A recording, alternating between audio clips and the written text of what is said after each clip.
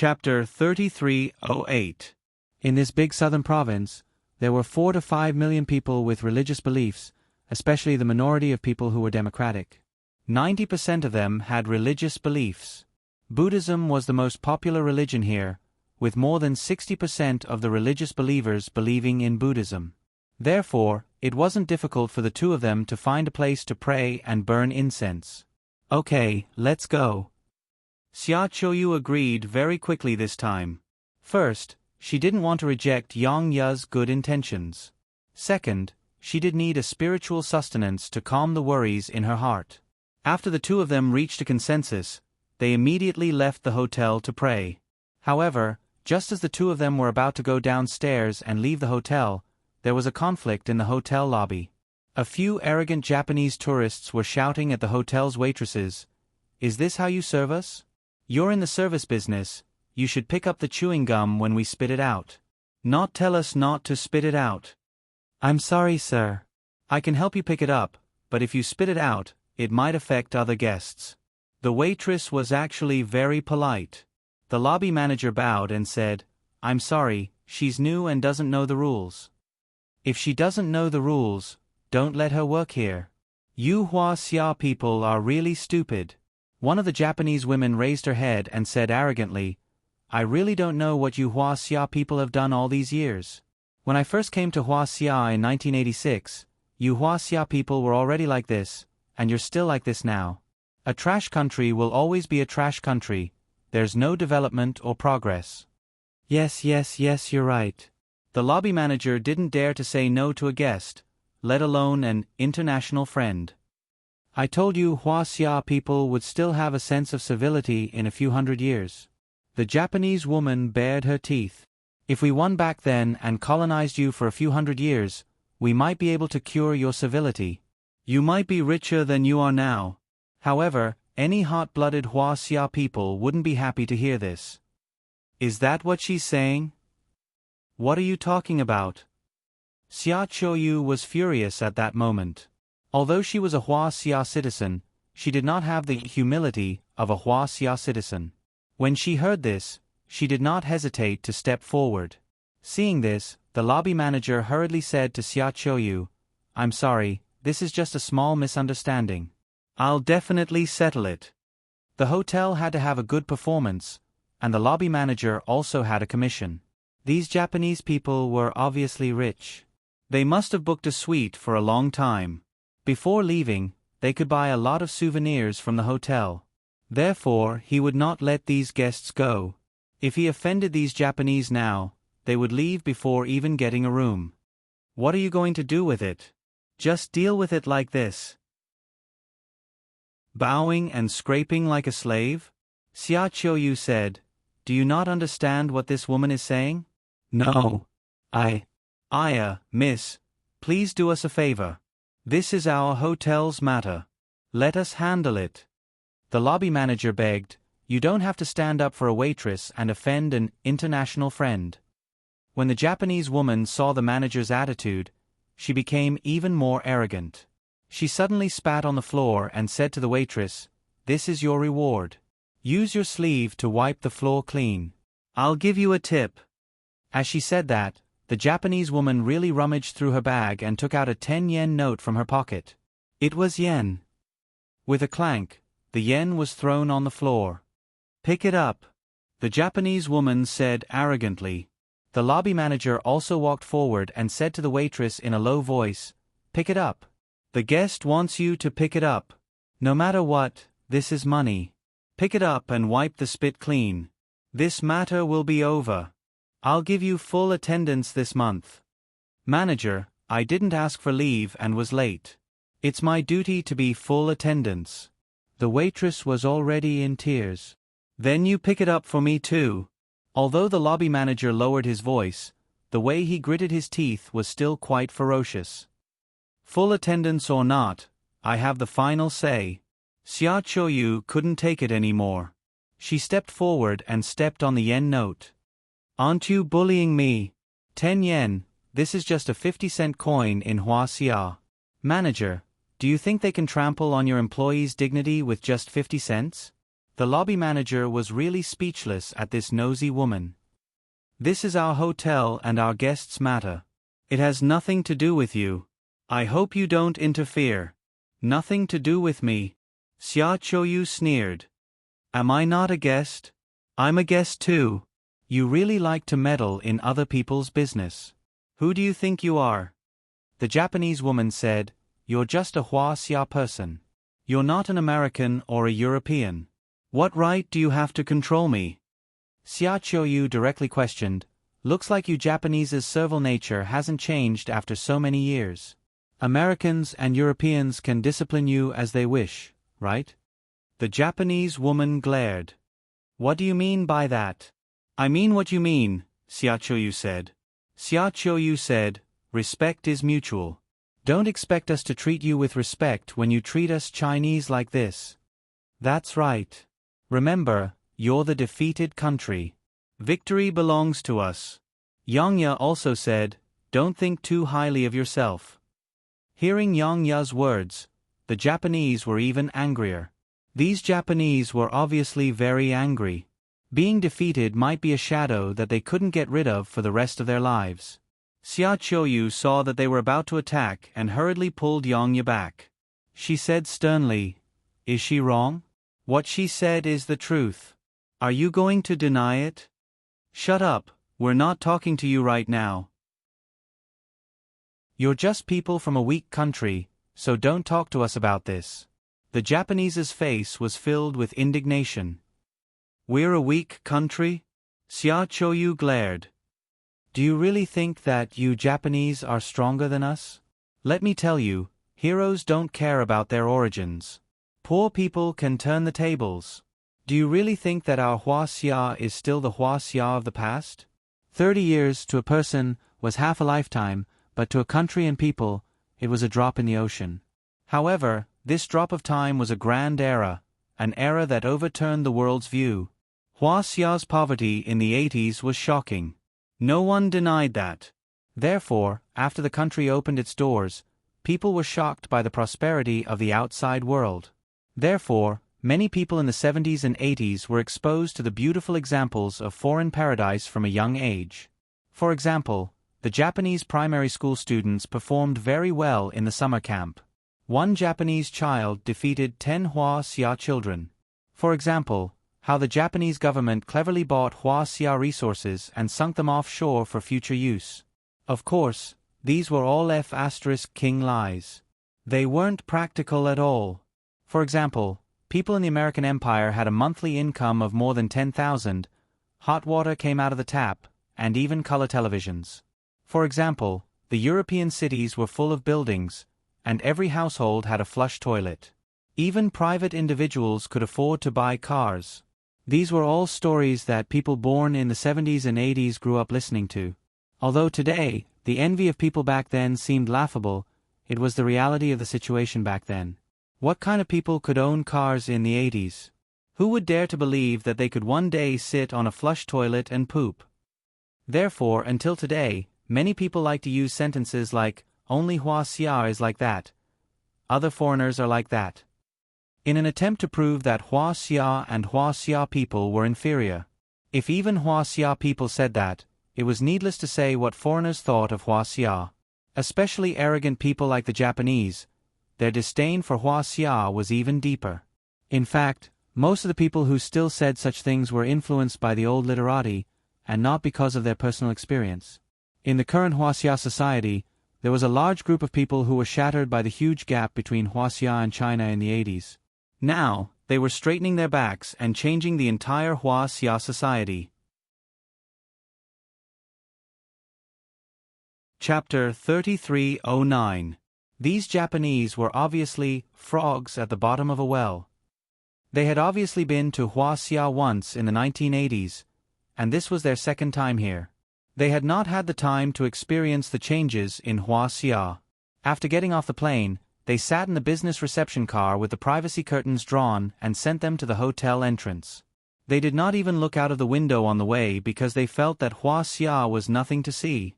This hotel could only be considered as above average in the local area, but it was boasted by the lobby manager as the most awesome hotel in the country. That was why they looked down on Huaxia and felt that the most awesome hotel in the country was only Azo. In fact, the reason why these Japanese were so arrogant was because of the private car driver who received them to the hotel lobby manager who received them, and all the Huaxia people who received them. And these people were all born in the 1980s. There was no intention of slandering the people born in the 1980s, because people born in the 1980s were the most affected. Children born 2,000 years later would never think that Huaxia was weaker than foreign countries, because Huaxia had begun to become prosperous at that time. People began to live in buildings, and people began to be able to afford cars. But all of this was different in the past. Those stubborn people who believed that the moon in foreign countries is rounder would influence many young people in China through their books, movies, blogs, and Weibo. This kind of subtle influence caused many young people living in today's powerful China to have a perception of China and foreign countries that remained in the 1980s. Of course, a large part of the contribution of Huaxia's prosperity was the contribution of the people born in the 1980s. Because they had been stimulated, they were more eager to change the gap between Huaxia and foreign countries. More than half of the people on the wealth Langya list were born in the 1980s, which also meant that the changes in Huaxia were inextricably linked to them. How weak was Huaxia in the 1980s? At that time, not only were there powerful developed countries like England, France, Germany, Japan, and the United States above Huaxia, there were also the four little dragons of Asia, Hong Kong, Taiwan, Singapore, and South Korea. There was also the so-called four tigers of Asia. Thailand, Malaysia, Indonesia, and Philippines, they all dared to strut around Huaxia. It was as if any country or region was stronger than Huaxia. Those who had experienced it in that era would definitely know this feeling very well. It was because of this influence that the Huaxia people still felt that they were not as superior as the foreigners. That was why the lobby manager was so humble in front of the Japanese. There were a lot of people who thought that they were inferior to others. Xia Qiuyu really couldn't stand it. She had interacted with many people like this when she was abroad. Of course, the people she had interacted with were far better than this lobby manager. The people Xia Qiuyu had interacted with were the best in Huaxia's scientific research and the most outstanding group of people. They all chose to leave Huaxia in that era because they felt that there was no hope for their motherland. This was especially true for those high-tech talents who studied aerospace, aircraft manufacturing, modern ships, engines, and other subjects. Many outstanding talents chose to leave their motherland Huaxia. Although most of them could only work part-time in small companies for the rest of their lives, they still left Huaxia without hesitation. Because Huaxia didn't have any platform for them to display their technical talents, and they could earn a salary of thousands or even tens of thousands a month abroad. This was almost equivalent to a lifetime salary in a domestic research institute. In that era, it was amazing to be able to earn a salary of 100 yuan. Everyone who had experienced that era knew that. In 1980, the average person only had a monthly wage of 20 to 30 yuan. This was only for people who had a salary. Many Huaxia people didn't have a salary at all. To eat steamed buns, they had to exchange wheat for them. This situation existed even in the 1990s. Of course, there were also some scientists who chose to stay. They were people who grew up with Huaxia. In fact, some of them didn't do it out of patriotism, but because they weren't the best group of people and didn't meet the standards for Western countries to take them in. Therefore, they had to choose to stay and stand with their country. But now it was proven that these people who stayed had achieved great things.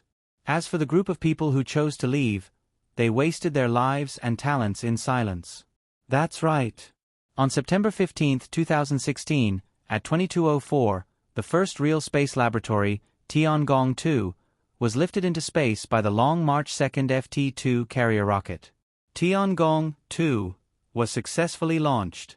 Over the years, Huaxia aircraft carrier, Tiangong-2 Space Laboratory Series, Shenzhou spacecraft, stealth fighters, nuclear fusion, Type 096 nuclear submarine, Type 056 destroyer, 99A tank, multi-core mobile phone chips, IT hardware, CNC equipment, precision processing, Beidou satellite navigation system, and other national treasures were continuously developed. The people who created them were destined to leave their names in history. Xia people kept writing their stories because the process of catching up was difficult, the struggle, and the huge sacrifices were rarely seen in the world. When they were born in the 1980s, not to mention the English Premier League and the United States, even Singapore was an insurmountable mountain. But now, Xia's GDP was already at the top of the world. You Xia people are nothing. Do you know how rich we Japanese are? The Japanese woman glared and said, "You dare to challenge us in front of us? Do you believe that we Japanese will smash you to death with money? Looks like you really think you Japanese are very powerful. I'm sorry, but let me tell you, our Xia's GDP is more than twice that of your Japanese." Xia Qiuyu glared and said, "It's not certain who will smash who with money." The Japanese woman had already started to make a scene. "You're just a Xia person who has never left the country. You don't know how advanced other countries are. Even a small island like Taiwan is more developed than you." "I've never left the country," Xia Qiuyu sneered. "Today, I'll tell you who's the one who hasn't left the country. You 4 little dragons and 4 little tigers who used to flaunt your prowess have long been crushed by the financial crisis. After Taiwan's so-called democracy, all its economic lifelines were handed over to the United States. As a result, the development of this economically developed region that used to be far ahead of the mainland has completely stagnated, right?" The Japanese woman was stunned. She had been to Taiwan before, so she knew that there was no development there after the 1990s. The various modern buildings that made countless Xia people envious in those years look so ordinary now. Let me tell you, the shopping malls and business districts in any second-tier city in Xia are more modern and fashionable than the most prosperous core area in Taipei. Xia Qiuyu said. The Japanese woman was speechless. Singapore used to be a garden country. Nothing has changed in the past 30 years. The salary of this generation is still the same as the salary of the previous generation. Xia Qiuyu said, "Do you know Xia? 30 years ago, the monthly salary of an ordinary person was only a few dozen RMB. Now, the monthly salary of an ordinary person is thousands to tens of thousands of RMB. Back then, Singapore had only planted a few coconut trees in the city center and installed automatic sprinklers. That was why the group of people who went abroad in the 1980s called it a garden country. They had been bragging about it ever since. Now, it seemed that the exclamations of envy back then were so laughable. Then look at Korea. Their average income is much higher than yours." The Japanese woman was still clamoring. "Don't think that Japan and Korea are rich. Why don't you take a look at your quality of life?" Xia Qiuyu continued.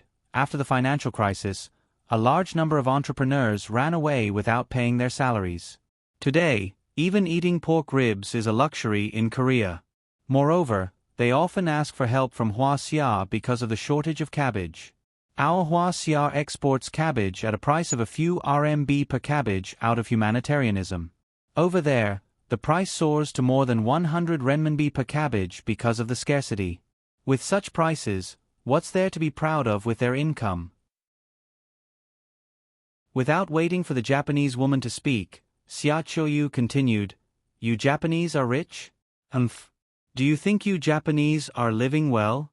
How many married wives have to film those action romance movies to support their families? How many girls have to go to the streets to have sex with uncles because their families can't afford them? Don't you Japanese know that?" Hearing Xia Qiuyu say that, Yang Ye also gained some confidence. "You're slapping your face, right? Our GDP has already surpassed yours. Shut up." Chapter 33:10.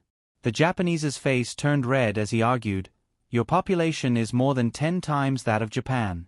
Your total GDP is more than that of Japan, but your per capita GDP is still very low, so Xia is still inferior to us Japanese." "You're inferior." These words seemed to be true, but they could not withstand scrutiny. "Is that so? Then the American Empire's population is 3 to 4 times that of Japan, but their GDP is only twice that of Japan, right?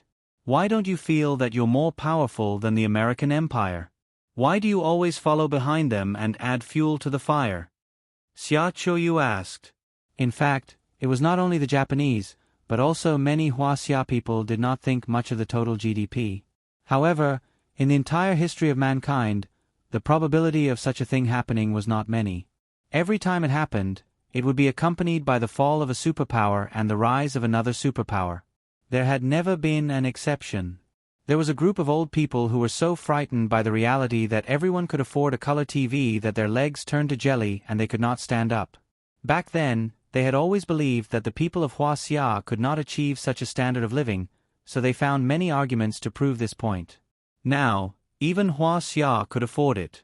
Some people even had TVs, computers, mobile phones, and tablets. These people who came from foreign countries still insisted that the people of Huaxia were scattered sand. Once there was a disaster, it was impossible for them to unite, let alone surpass the strong national culture of Japan. You Huaxia people will always be mud that can't be helped. You're not on the same level as us Yamato people. The Japanese was so angry that he blew his beard and glared. We Yamato people are the strongest people. We can't be compared to you inferior people. Xia Qiuyu sneered. I know what you want to say. It's like some people say that when there's an earthquake in Huaxia, everyone panics and cares about themselves. They say that you Japanese people don't fight to escape even when there's an earthquake every day. They say that your people are better than our Huaxia people. That's because your Japanese people didn't die from the earthquake. Think about the East China Sea earthquake. Of course, Huaxia also had idiots who would say, students, don't move. Let the leaders go first, during an earthquake, but most of them were not that kind of idiot. Back then, a sudden earthquake in the East Sea shattered the Japanese legend that they had been hyping up.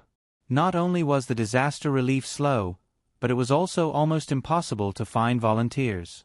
The victims of the disaster had not received any relief for a long time, and a large number of corpses were lying on the roadside. It was a tragic sight.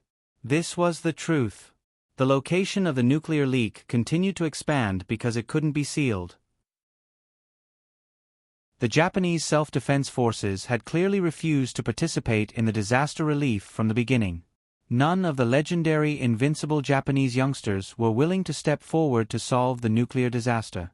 And in the end, the Japanese government had no choice but to send a group of elderly people with an average age of 65 to the site of the nuclear accident. Wasn't it sad? Because of the East China Sea earthquake, the Japanese's slow political system was exposed, as well as their pitifully selfish national consciousness. What else do you Japanese have to be proud of? Xia Qiuyu retorted. We, the Japanese, are stronger than you Chinese. It was Professor Sun from Huaxia who said it. He even published a book. It's called Competition in the Summer Camp. It's about the difference between Huaxia children and our Japanese children. From the very beginning, the Japanese woman shouted, "You are just inferior to us Japanese." Professor Sun? Haha, there are really quite a lot of Huaxia people who are worthy of their name. As a Huaxia person, I'm really ashamed about this, Xia Qiuyu said embarrassedly. Your Professor Sun wrote that your Huaxia children were sick and had to go back to their base camp to sleep. Our Japanese children were sick and had to endure until the end. The Japanese shouted. Our Japanese parents left in a car and only left encouragement for their feverish grandson. Your Huaxia parents came and pulled their children into their cars on the difficult road. In the end, our Japanese children's roars shook the grassland. It scared all of your Huaxia children to death. When the Japanese said these words, they were very proud. Because this book was written by a Huaxia person, Professor Sun, and it was even published by Huaxia's publishing house. Xia Qiuyu really didn't know how many gifts this beast had given to the publishing house when this book was published. Your Huaxia's Professor Sun sighed in the book. Oh my God! Is this how the Japanese educate their future generations? Is this the spirit of the Japanese people? He was very shocked. Sorry, the only one who was scared out of their wits was this beast. Xia Qiuyu said, the Huaxia children weren't scared out of their wits. Otherwise, Huaxia wouldn't have surpassed all of you like today. Actually, there were many things in this book that didn't match the facts. Moreover, The author used the events in his imagination to explain the difference between Huaxia children and Japanese children. He used all his strength to belittle the quality of Huaxia children, causing the 80s and 90s children to suffer from social pressure that they shouldn't have to bear. They were even called the defeated generation. However, now that Huaxia had risen, those 80s and 90s children who participated in the summer camp had also risen. Sun Baoshou, the author of the book, said with a straight face that he was the one who inspired the generation of 80s. If Su Yun knew about this, Su Yun would definitely look for Professor Sun, point at his nose, and represent all the 80s and 90s children, and say to Professor Sun, "Provoke my ass." No matter what era the Huaxia people were born in, they were all more outstanding and smarter than the Japanese. Because Huaxia was the smartest democracy in the world. When did the Japanese Self-Defense Force, which was known to be able to wake the Huaxia people up from their dreams, do anything big? Legend had it that one Japanese could fight against 200 Huaxia people. Why didn't they rise during the East China Sea earthquake? Sigh, Huaxia people just can't do it. Look at the foreigners. This was the view of most people, including Huaxia people and foreigners, towards Huaxia people. Only a small number of people learned to see the truth with their own eyes and expressed disdain for such views. After the Wenchuan earthquake, the young generation of China soldiers parachuted into the mountains with complicated airflow. They piloted helicopters or waved engineers to open roads and fill bridges to save the people. Xia Qiuyu said sternly, and when the East China Sea earthquake happened, those so-called Japanese self-defense forces who were sick but stubbornly persevered in the summer camp were hiding in the camp, not daring or willing to go out to face the danger. Then, they let their parents and elders die. What do you Japanese have to compare with us Huaxia people? The Japanese people's faces turned red. The Japanese women were so angry that they wanted to beat them up. Fortunately, the lobby manager stopped them in time. At this moment, Xia Qiuyu received a call from Su Yun. The phone she had been dreaming of finally rang. She couldn't wait to pick it up. "Where are you?" "I've brought the things back safely." "I'm rushing to your city," Su Yun said. "How do you know which city we're in?" Xia Qiuyu didn't understand. "Of course, it's a city with an airport." Su Yun laughed. "Tell me, where are you?" "I'm almost there." At this moment, the Japanese people pointed at Xia Qiuyu and shouted angrily, "Aren't you powerful? Today, I'll make sure you can't walk out of here alive. I'm friends with the local mafia boss. Today, I'll get him to bring people to teach you a lesson. I'll sell you to the red light district." The Japanese people's angry voice also entered Su Yun's ears through the phone. Su Yun was stunned and asked, "What trouble did you get yourself into?" "A few Japanese people bullied me in a hotel." Xia Qiuyu said, "Now, they said they'll get the mafia to take revenge on me." "Address." Su Yun only said 2 words. "Nanghua Hotel on Nanyuan Road." "It's in the hotel lobby." Xia Qiuyu's expression didn't change. "Protect yourselves. Don't let them hurt you." "I'll rush there as fast as I can." Su Yun hung up the phone and patted the driver of the anti-narcotics team. "Brother, you must be tired. Let me drive for a while." The driver knew that Su Yun was in a hurry, so he did not reject him and changed the driver. Su Yun sat in the driver's seat and drove the car like a fighter jet. He kicked the floor until the very end. The force of the kick made Lin Gu feel like his hair was floating. One word, awesome.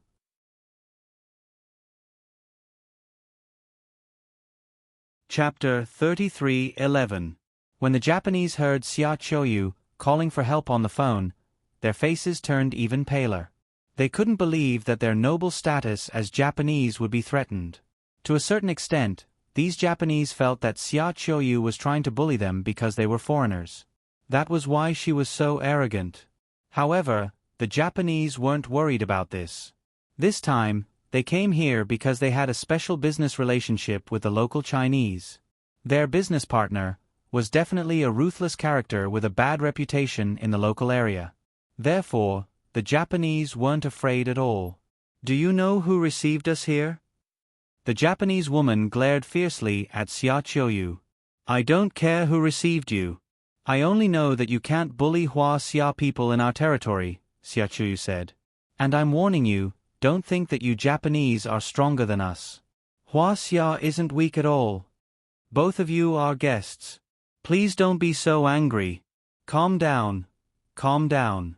Don't be so serious. It's not worth it for a waitress. The lobby manager kept begging. He didn't dare to offend anyone, especially the Japanese. Aren't waitresses human? Yang couldn't stand people who looked down on others. How can waitresses be bullied by Japanese? Why don't you wipe the Japanese's spit? The lobby manager's face turned awkward. I'm the manager. This isn't my job. She's a cleaner. This is her job. If she can't do her job well, do you think I'll let her work here? Of course not. Are you threatening me? Xia Qiuyu understood the lobby manager's meaning. The waitress who was bullied quickly realized the manager's intention.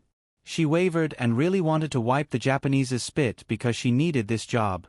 If it wasn't for her family's financial difficulties, who would come here to be a hotel cleaner? After Xia Qiuyu realized the waitress's motive, she immediately pulled her back and said sternly to the manager, You're indeed a manager, but you're also in the service industry. There's no such thing as a job title when it comes to serving guests, right? The lobby manager was targeted and his face turned white. However, out of professionalism, he didn't fall out with Xia Qiuyu. Instead, he silently placed all his hatred on the waitress and waited for an opportunity to take revenge. Although the lobby manager didn't directly refute Xia Qiuyu, his attitude towards the Japanese was obviously biased. Please go to your rooms and rest first. I'll handle the rest. The lobby manager flattered them. The Japanese didn't have any intention of leaving. I've already called Zhang Shanfei. Do you think this matter can be settled so easily? Let me tell you, it's impossible. The lobby manager widened his eyes in shock. Zhang Shanxing. This Japanese actually knew their local Zhang Shanmin. He even contacted Zhang Shanliang to deal with this matter. It's over. The lobby manager's mind went blank. This matter was going to blow up. If Zhang Shanfei really went crazy and caused a life-and-death situation in the hotel, then they would be affected. The lobby manager gave the receptionist a look and told her to quickly call their boss. This matter wasn't something a small manager like him could control. Although the lobby manager didn't particularly like Xia Qiuyu and Yang Ye, he didn't want anything to happen to the hotel. Hence, he pulled Xia Qiuyu and Yang Ye to the side.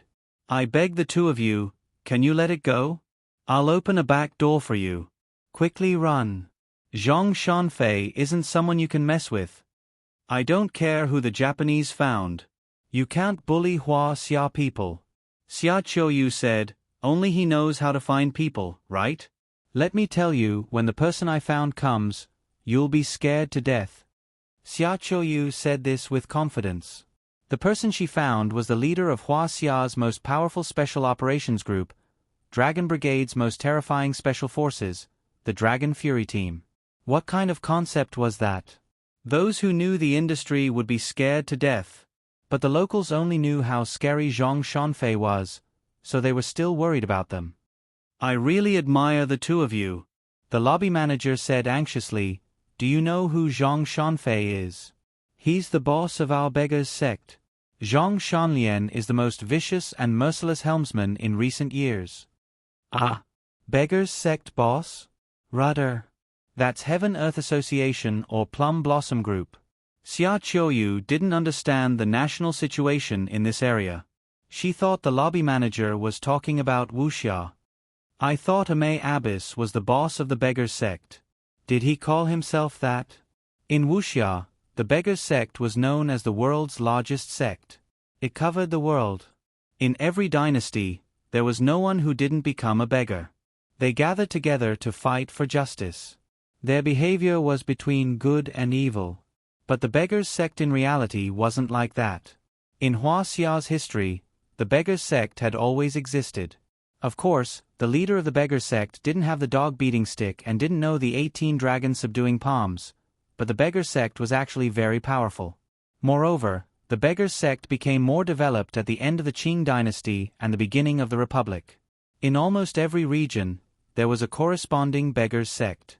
Especially in Tongdu, it was even more obvious. For example, the beggars sect in Yanjing had 2 blue poles and yellow poles.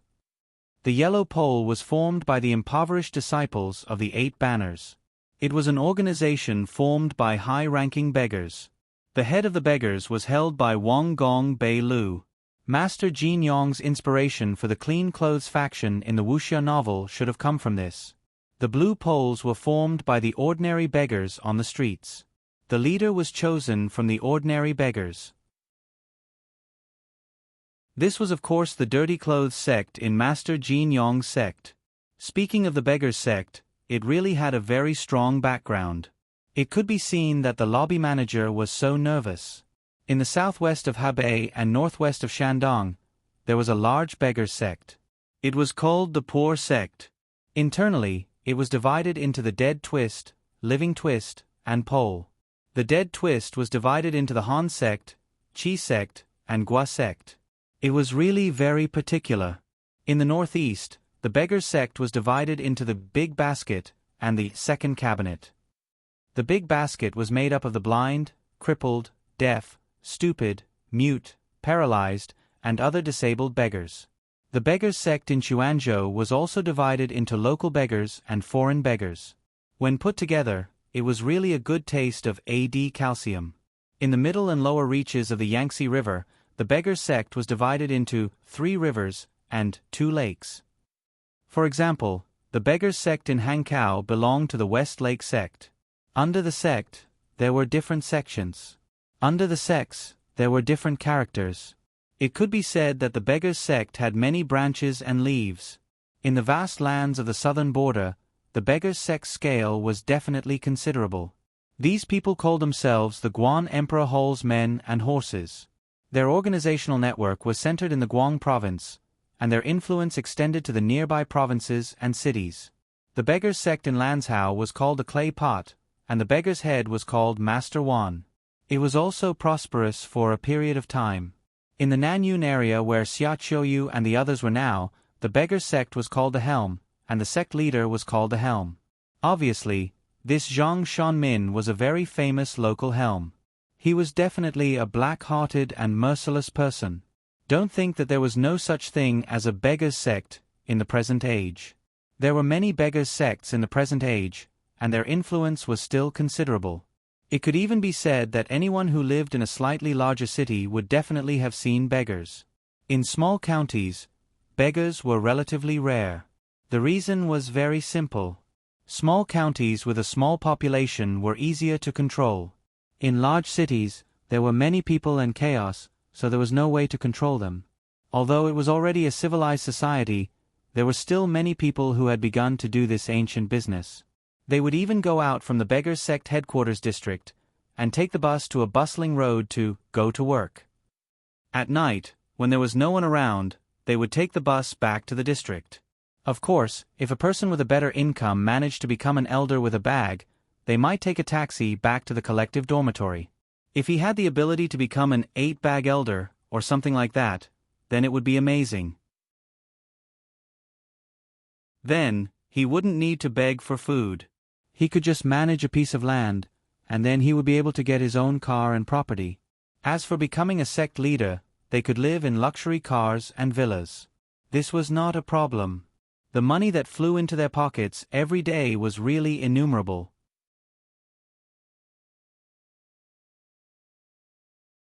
Chapter 33:12. The current beggars gang was amazing, and Zhang Shantian was a typical example. When Zhang Shantian was young, he was self-employed. Slowly, he realized that it was not profitable, so he began to corporatize his business. He contacted other beggars and self-employed people. They formed groups and gangs. Now, those 8-bag veterans had followed him into houses and imported cars. It could even be said that it was because Zhang Shantian's methods were powerful enough that they were able to emerge victorious in the cruel competition. Although they were just beggars, beggars also had competition. Those who were not competitive would not be able to survive in any circle. Don't think that you don't need to be ambitious just because you're a beggar. Zhang Shantian's ambition in the beggars' industry was definitely one of the best. Not many people could compare to him. Otherwise, he would not have become the leader of the gang that the locals feared. Even though many locals knew that Zhang Shantian controlled the beggars' industry and was the leader of the beggars' gang, it did not affect his ability to make money. That was because the local tourism industry was developed. There were so many people, and his people did not lack money every day. Now, they just wanted money, unlike the beggars of the past. Some beggars were really begging for food. It could only be said that the current profession was very different from the past. In the past, beggars were begging for food and to live their lives. Now, they were using this method to make money, to get rich, to marry a beautiful woman, and to reach the peak of life. Zhang Shantian used the loophole in the law to organize his people to hide in places where the moral supervision could not be completely monitored. They did this kind of begging that was considered shameful to ordinary people to get rich. He even found a long-legged woman who was younger than him by 20 years to be his wife. Every day, Zhang Shantian's people mingled in the crowded commercial streets, train stations, and long-distance bus stations. Their dressing was exactly the same as a real beggar. Those who looked like they had no one to take care of them and lived on the streets were also controlled by Zhang Shantian. He used them to make money for himself. It was impossible for him to be punished by the law. At most, people would condemn him morally. It had no effect on Zhang Shantian at all. Some people felt that when a person put down his self-esteem and reached out to strangers to ask for the basic necessities to survive, his life was undoubtedly in the hands of others. However, times were changing, and beggars were no exception. In modern life, where it was difficult to distinguish the real from the fake, beggars had also become the target industry of some people. It really came true that there were 360 professions, and each profession had its own master. In the local beggar circle, Zhang Shantao was the top scholar. What really made Zhang Shanyao famous was him creating crippled beggars.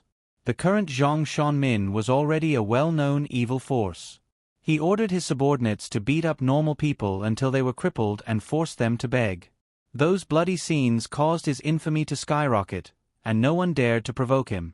Even some parents who were disciplining their disobedient children would say, "If you continue to be disobedient, I'll send you to Zhang Shantian and let her cut off your legs and send you to the streets to beg for food." This was not a joke, but a terrifying reality. Someone had done a rough investigation and found out that Zhang Shanliang had over 3,000 people who specialized in begging for a living. Just in the bustling city center alone, there were over 1,000 of them. These people were under Zhang Shantao's jurisdiction, and there were rules every day. People in the city center and the train station had to pay a minimum of 300 yuan a day. People in places with less people had to pay a minimum of 200 yuan a day. Of course, this was the minimum. There was no upper limit. If anyone could not get that much money, Zhang Shantao would make the person's life more miserable. Because the more miserable the person was, the more money they could get. Some of them even died directly because of Zhang Shanli's violent beating. As for these people, once they died, they really couldn't be found. They didn't even know where Zhang Shanli buried them. Originally, most of them were missing people, so no one would notice at all. Among Zhang Shantao's subordinates, many were originally normal people. They were either drugged and unconscious, and when they woke up, their limbs were amputated, or children who were deceived and abducted. When they were only 2 or 3 years old, their limbs were cruelly broken in order to make them look more pitiful. Now, the beggar sect under Zhang Shantao's control could be said to have formed a meticulous division of labor and a professional industrial chain. Some people specialized in kidnapping people, some specialized in injuring and crippling people, some sent the crippled beggars to the streets every morning, and some specialized in collecting the money that the crippled begged for. Many times, in order to make the crippled beggars look more pitiful, Zhang Shantao would use some heartless methods. Many poor people had their limbs, bodies, and even faces cut with knives, and even burned with sulfuric acid. Many crippled beggars were beaten because they could not get enough money, and had their fingers nailed, their tongues cut, and were forced to eat feces from time to time. Zhang Shantao, this evil person, for his own benefit, used heinous methods to destroy innocent people, using them as money trees, and built his wealth on the misery of the crippled beggars. He had always been challenging the bottom line of human beings, and the conscience of society, and this inhumane scum had been hiding very well, and had not been punished by the law. For people like this, it would not be too much to sentence them to death. For more than 10 years, Zhang Shantao had not been punished, and had continued to spread, expanding. But he had never been investigated, and no crippled beggars had been rescued. How many crimes were hidden in this, and how many innocent people were harmed? Just thinking about it made people feel a chill in their hearts. Regarding these inhumane and ugly acts, the relevant departments did not come out to solve the problem. It was not known if the leaders of the relevant departments had also gotten a share of the human blood soup. One had to know that crippling children and organizing them to beg for money for their own benefit, this kind of behavior had already broken the bottom line of human civilization. The first time Zhang Shantao did this kind of thing was when he picked up an abandoned baby on the side of the road. Abandoned baby, abandoned by those unscrupulous parents. They probably could not have imagined what kind of crimes the child they abandoned had suffered. Even if they were cut into pieces, they could not atone for their crimes. For his own benefit, Zhang Shantao broke the legs of the 1-year-old abandoned baby. He used a brick. At that time, the child's cries made Zhang Shantao's heart tremble. After the legs of an abandoned baby were broken, pus would flow out, and it would become infected. After the infection, he would not be treated, and slowly, the legs of the abandoned baby would rot. The more rotten and pus flowed out, the better. The worse it was, the more money Zhang Shantao could earn. He wanted the abandoned baby's legs to not be healed. If the wounds slowly scabbed and healed, Zhang Shantao would use something to hit him until he bled and pus flowed out. If he did not bleed and pus flowed out, how could he earn more money? It was because of that child that Zhang Shantao walked on an evil path of no return. It was all because of that abandoned baby. Back then, Zhang Shantao did not have such an evil industry chain, but this tragic abandoned baby had earned him millions in just 2 years. That's right. It was over $1 million. But this abandoned baby had only lived for 2 years, and he had tortured him like this. At night, in order to not let the baby cry and disturb his rest, he had even fed the baby some sleeping pills so that the baby would not make a sound. Just like that, a child had been tortured to death in just 2 years. When he lost this money tree, he thought about why he did not bring back more money trees. If he had more money trees, wouldn't he be even richer? This evil thought was born because of that pitiful abandoned baby. What kind of evil was behind those pitiful crippled beggars on the streets? It was not something that could be solved by a few dollars from a kind-hearted person. They needed someone to supervise and rescue them. Someone needed to find out who the mastermind was, and punish them severely. At that moment, Zhang Shantao was rushing to the hotel to meet the Japanese because he had a new business. Japan was a country that lacked organs, and Zhang Shantao felt that there were many things that he could use from those crippled beggars who were about to die. Zhang Shantao was a demon with a human face. The lobby manager was so anxious to get Xia Qiuyu and the rest to leave because he was really considering their safety.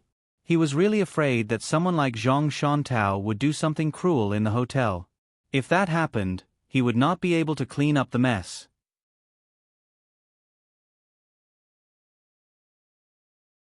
Chapter 33:13. Xia Qiuyu didn't know that Zhang Shanmin was such a heartless person, so she didn't feel anything. She was still determined to stay in the hotel and fight the local evil forces to the end. She would never back down. She was going to stand up for the weak today. The lobby manager was completely speechless. Beauty, you're just a tourist. Someone like Zhang Shanmin really dares to capture you and make you his personal tools. He dares to be so lawless in broad daylight? Xia Qiuyu didn't believe it. I want to see if he dares to touch me. Aya, why are you so stubborn? The lobby manager was a little anxious. Okay, then I'll tell you what kind of person Zhang Shanmin is. Xia Qiuyu and Yang Ye were whispered to by the lobby manager. The Japanese were still scolding them to not let them escape. The lobby manager kept smiling at them and said that he was persuading the two girls to apologize to them. In fact, the lobby manager was using this time to tell the two of them about the terrifying things that Zhang Shanli had done in the rumors. He wanted them to back off and leave quickly. If they really fell into Zhang Shanli's hands, it would be too late for regrets. Although the lobby manager was a weakling, he wasn't a bad person deep down. He could tell Xia Qiuyu and Yang Ye this because he still had a little kindness in his heart. Moreover, Xia Qiuyu and Yang Ye were both very beautiful. Beautiful girls usually didn't have too bad of a luck. The lobby manager didn't want such beautiful girls to fall into the hands of a demon like Zhang Shanmin. That guy was so cruel to children. He must be very vicious to such beautiful girls. Zhang Shanmin had already changed his wives 3 times. The first 2 committed suicide. He really didn't know what method this guy used to torture girls to force them to commit suicide. After listening to the lobby manager's vivid description of Zhang Shanmin, Yang Ye was completely shocked. She always thought that she was pitiful enough. She didn't expect that there was someone more pitiful than her in this world. Xia Qiuyu could only use the word tragic to describe it. She really didn't dare to believe the stories that the lobby manager said. It was too scary. She really didn't dare to think about it. Can you not make up this kind of story? This kind of story is really creepy. Xia Qiuyu said, I know. That Zhang Shanli you're talking about is definitely a local evil force. I also know what kind of person I'm facing. I didn't make up a story. The person you're facing is far more terrifying than you can imagine. The lobby manager's face was filled with seriousness. I'm really not joking with you. You're really facing such a vicious and evil person. Xia Qiuyu suddenly raised his voice and said sternly, If that's the case, I can't leave. If such a bastard can't be punished by the law, then what's the point of the law existing? The Japanese were shocked by Xia Qiuyu's sudden increase in volume. Can you lower your voice, my dear lady? The lobby manager was completely convinced by Xia Qiuyu's abilities. Xia Qiuyu also realized that his voice was a little too loud. Even though I'm not one of you, if this kind of evil really exists in your eyes, why didn't any of you expose it? Strike him down and destroy him. Don't your local departments care about it? The lobby manager didn't know whether to laugh or cry. Who can care about this? This can't be controlled at all. Why can't they care? The country has given the departments the rights. Xia Qiuyu glared and said, The country has given the departments the rights to control these kinds of evil, not to oppress the people. Are the departments here not doing anything? It's not that they're not doing anything, but this kind of situation is like a wildfire that can't burn out the fire. It will grow again when the spring breeze blows. The lobby manager waved his hand and said, You guys should leave quickly. Don't be a busybody. If Zhang Shanli really comes later, you guys won't be able to leave. With Zhang Shanli's current power, even if you call the police won't be able to rush over in a short time. By the time they rush over, it will be too late. Xia Qiuyu's anger was about to be suffocated to death. Knowing the existence of this kind of evil made her heart turn cold. In this world, after capitalism swept the world, the importance of money became more and more prominent. The various changes in moral laws and the influence of bad ideas in capitalist society made some people crazily dig for money without caring about any laws or morals. This kind of phenomenon wasn't isolated, but was quite common. Just like what Marx said, once there is an appropriate amount of profit, the capitalist will be bold. If there is a 50% profit, he will take the risk. For 100% profit, he will dare to trample on all the laws of the world. If there is a 300% profit, he will dare to commit any crime, even risking the risk of being hanged. This was the reason why there were so many crimes today, especially drug trafficking and human trafficking, because the profits were too big. The current Zhang Shanli had supreme power in the world of the beggars sect. This was quite similar to the beggars sect in the past. In today's society, where officials and businessmen were nobles and scholars were refined, whether it was according to the ranking of the 9 scholars and 10 beggars in the past or the ranking in the eyes of the people now, even if the helmsman was a leader, he was at the bottom of the 9 lower classes. To put it bluntly, No matter how powerful Zhang Shanli was, no one really looked up to him. But in the world of beggars, he was the emperor. The rules he set were the golden rules and jade laws. His orders were the golden words. If anyone didn't listen, they would be punished according to the rules of the beggars' sect. The punishment was even harsher than the country's laws. So, even if no one looked up to him, they were afraid of him. Not only the people in the world of beggars were afraid of him, but normal people were also afraid of him.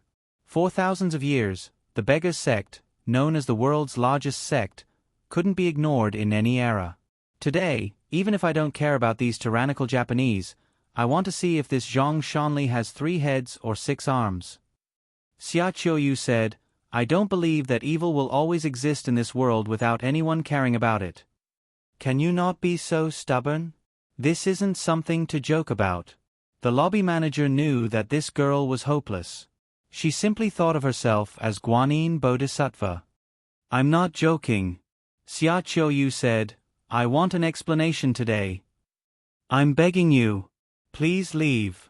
Don't cause trouble for our hotel, okay?" The lobby manager was about to cry. Xia Qiuyu glanced at Yongye. "Are you afraid?" "No." Although Yongye said that, she was actually quite afraid. "Don't worry. Su Yun will definitely be here soon. Once he's here, he will definitely teach this devil a lesson." When Xia Qiuyu said that, she gritted her teeth. There was no need to mention how much hatred she had in her heart. Yongye also nodded her head vigorously. "Definitely. Evil will never triumph over justice." "Are the 2 of you sick in the head?" The lobby manager couldn't hold it in any longer. "You are just 2 weak women. Why are you fighting against the forces of evil? Are you guys crazy?" At that moment, a group of more than 10 people walked into the hotel lobby. The one walking at the front was the notorious local villain, Zhang Shanxing. "Forces of evil? Who are the forces of evil? Are you scolding me? Watch your words. I'm a proper businessman. I'm a proper businessman who deals with Japanese businessmen." As Zhang Shanli walked forward, he said in his gloomy voice, "Be careful of your tongue being cut off and becoming a beggar on the streets." The lobby manager felt that his entire back was cramping. He didn't even turn his head to see who it was, but he was already scared out of his wits. He didn't expect Zhang Shanli to arrive so quickly. Seeing the lobby manager's expression, Xia Qiuyu knew that this person was the Zhang Shanli he was talking about. Just by looking at this person's appearance, she knew that he wasn't a good person. It was true that the face reflects the heart. This saying wasn't false at all. A person's good and evil could be reflected on their face. It was all born from their heart. Be it good or evil, it would be reflected on their face.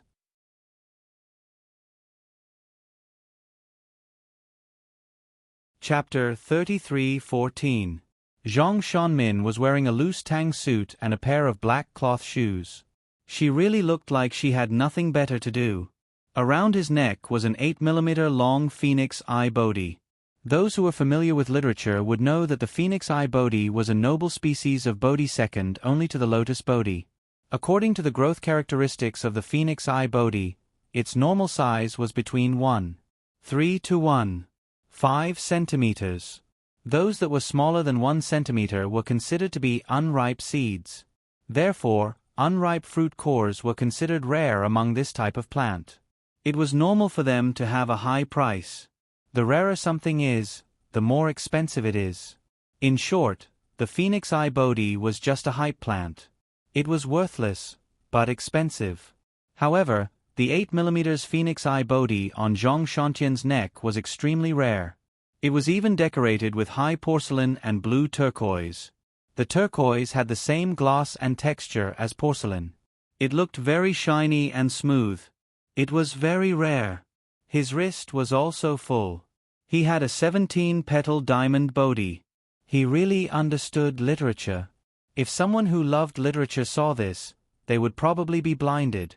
The 4, 5, 6, and 7 petals of the diamond bodhi accounted for 9,999% of the diamond trees in the world. Of course, There were some with more petals on the diamond trees, but there would not be more than a 13-petal diamond Bodhi. Zhang Shantian had a 17-petal yuanbao seed in his hand. The rarer something was, the more expensive it was. With this probability, one could imagine how expensive the diamond Bodhi on his wrist was.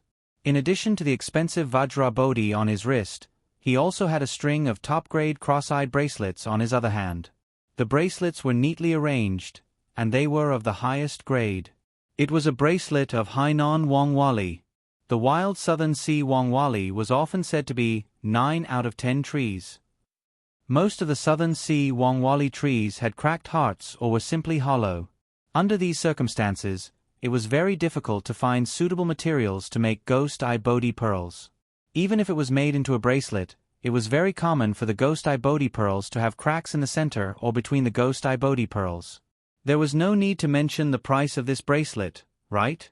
The person wearing the bracelet was still twirling the 2 lion heads in his hand. This guy was a nouveau riche in the literature world. It was said that taking drugs would ruin one's life and make one poor for 3 generations. Compared to the literary games that Zhang Shanliang was playing, those were nothing at all. Although the value of literary items had plummeted in this era, the few items on his body were things that ordinary people could only look at from afar and not touch. When the Japanese saw Zhang Shanxing, they immediately walked up to her. "Director Zhang. I didn't expect to disturb you a day earlier than the time we agreed on. But we ran into trouble here, so we can only ask you to help us solve it." Zhang Shanyao was not rude to the Japanese, but she did not flatter them either. "It's fine, my friends. I was just playing in an antique shop not far from here. Since you're in trouble, as a local, how can I not care? Don't worry, with me here, no one can do anything to you." The Japanese were emboldened. They pointed at Xia Qiuyu and Yang Ye and said, "It's these 2 women. Meddling in other people's business." When Zhang Shansheng saw that Xia Qiuyu and Yang Ye were quite pretty, a meaningful smile appeared on his face.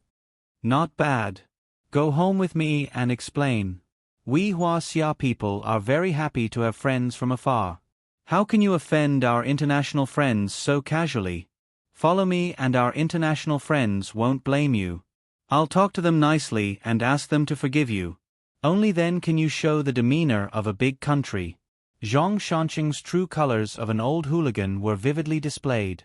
As he spoke nonsense, he walked closer to Xia Qiuyu and Yang Ye.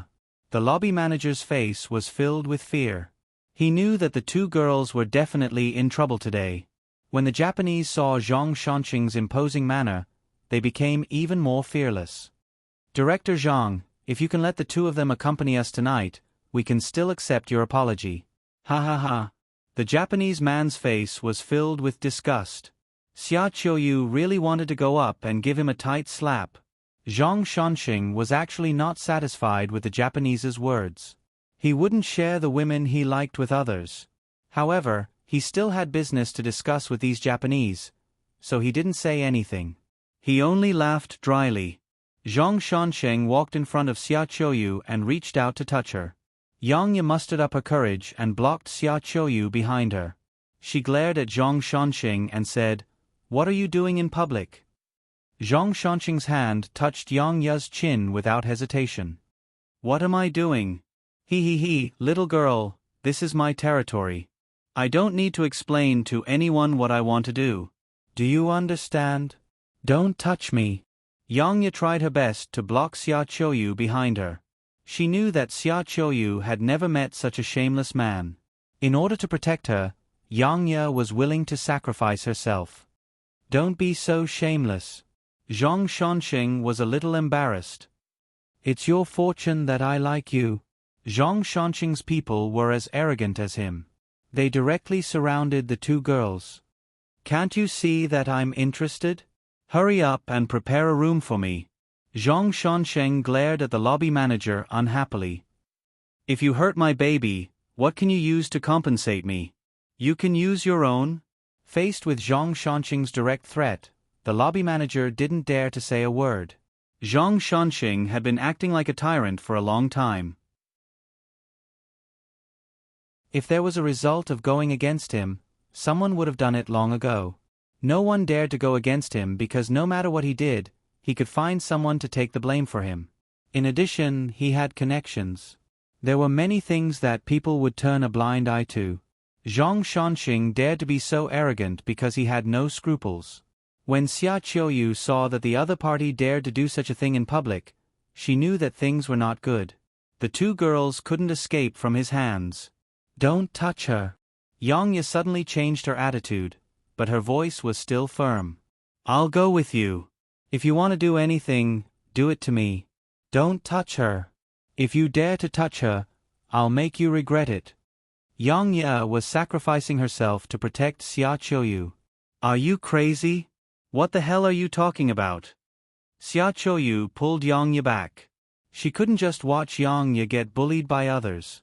"I didn't expect you to be so proactive. It seems like you're very confident in your work." Zhang Shansheng sneered at Yang Ye. "Don't worry. If you want it, I can definitely satisfy you. But I'm not someone that can be satisfied by you alone. If the two of you work together, I can also satisfy both of you." "Pervert." Xia Qiuyu spat and cursed angrily. Zhang Shanxing looked back at the lobby manager who was still in a daze and asked sternly, "I told you to prepare a room for me. Are you deaf? If you're deaf, cut off your ears and beg on the streets for me." Xia Qiuyu now really believed that Zhang Shanxing could do those demonic things. Otherwise, he wouldn't have said those words. The lobby manager was kicked away by Zhang Shanxing's people. The hotel owner also arrived at the hotel at this time. When he heard that Zhang Shanxing came to the hotel to cause trouble, he couldn't sit still as the owner. If this guy caused trouble in his hotel, how was he going to operate the hotel in the future? If this spread out, who would dare to stay in his hotel?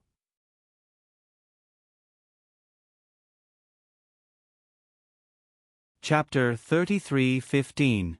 Yeah. Who did my people offend?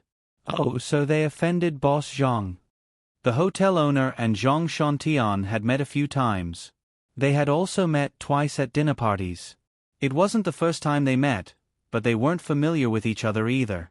Zhang Shantian looked back and said lightly, "I thought this was someone else's hotel." "So it's yours. Brother, give me some face." The hotel owner said very politely, "My people don't know anything. I will teach them a lesson. Please give me some face today. I will pour you some wine as an apology. There are at least as many people who want to treat me to a meal as a few football teams. I'm afraid I can't give you face." Zhang Shantian was very arrogant. The hotel owner was still humble. He didn't care about Zhang Shantian's arrogance. "Brother, I'm a businessman. You have to be tolerant and understanding. Ha ha ha. If something happens here, my hotel won't be able to continue operating in the future." Zhang Shantian looked at the hotel owner seriously. "What does this have to do with me?" The hotel owner was speechless. He was stunned and couldn't say a word. Zhang Shantian was really too much. He didn't want to give him any face at all. "If I didn't give face to my international friends today, I would have smashed your hall before you came," Zhang Shantian said gloomily. He was no longer just a beggar. After he had money, he was the biggest bully in the local area. Zhang Shantian had a lot of conflict with these people who were officials and businessmen, especially those who were in business. After all, Zhang Shantian didn't dare to easily offend the officials. So he liked to vent his temper on these people who were businessmen. So he didn't have any intention of being polite to the hotel owner.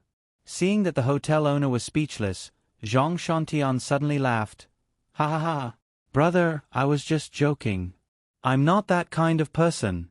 I'm a good citizen who follows the law. We know each other. How could I do that kind of thing?"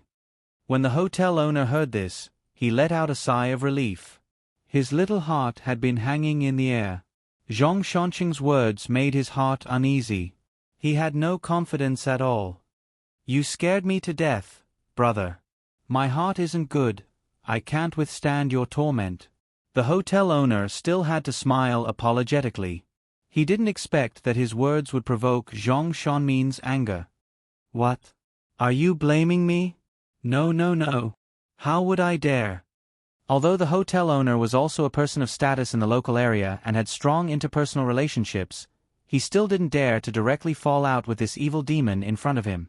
Hua Xia had a good saying, "The soft were afraid of the hard, and the hard were afraid of those who did not care about their lives."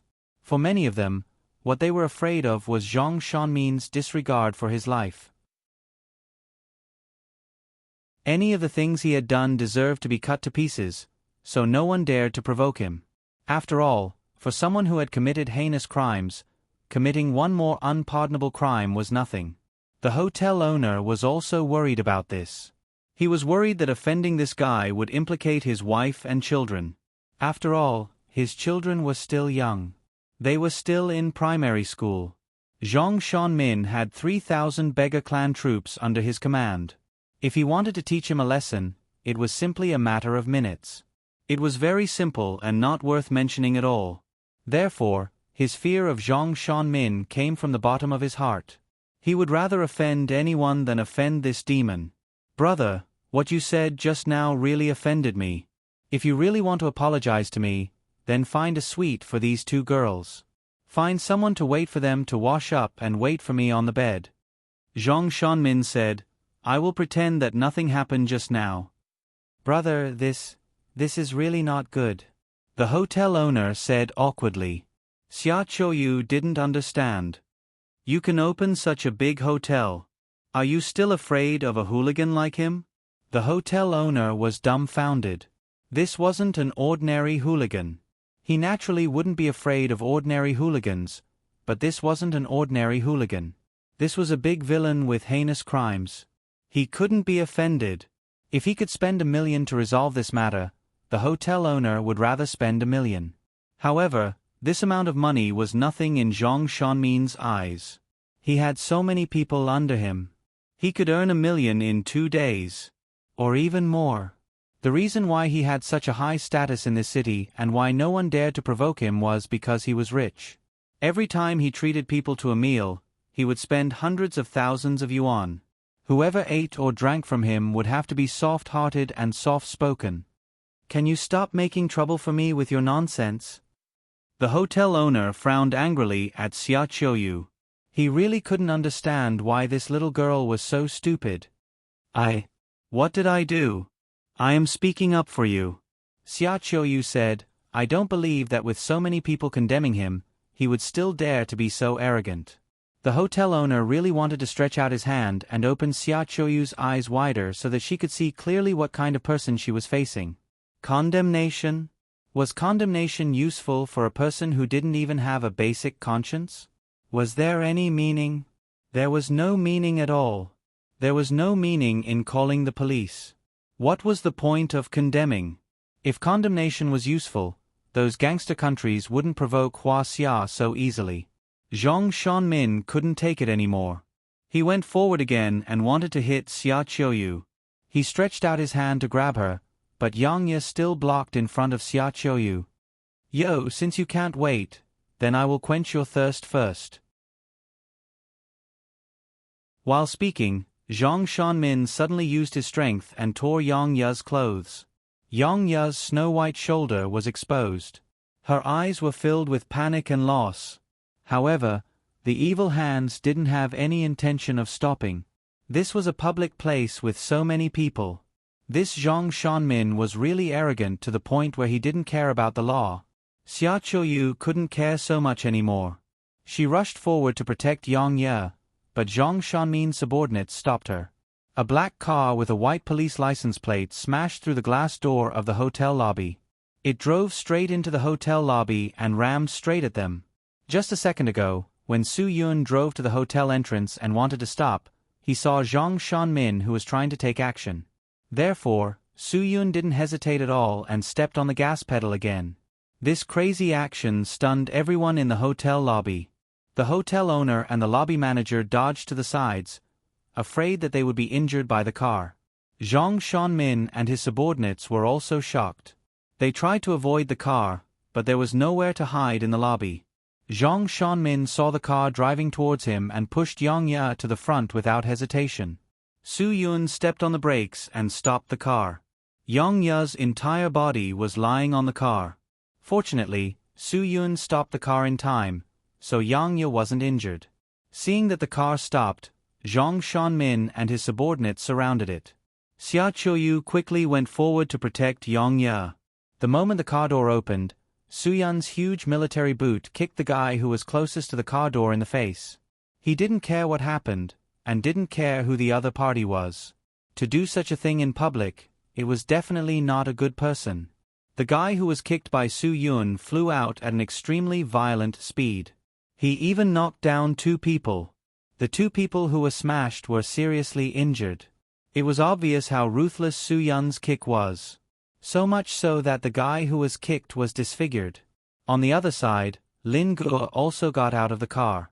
With a beautiful sweep of his leg, he knocked down the 2 people in front of him. Then, it wasn't over yet. His fist also landed on the 3rd person's face.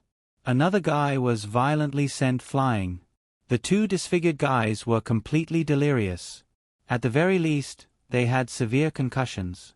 Although it wouldn't kill them, they probably wouldn't have normal intelligence in the future. Su Yun and Lin Ji's aura was too ferocious. It completely shocked the people in front of them.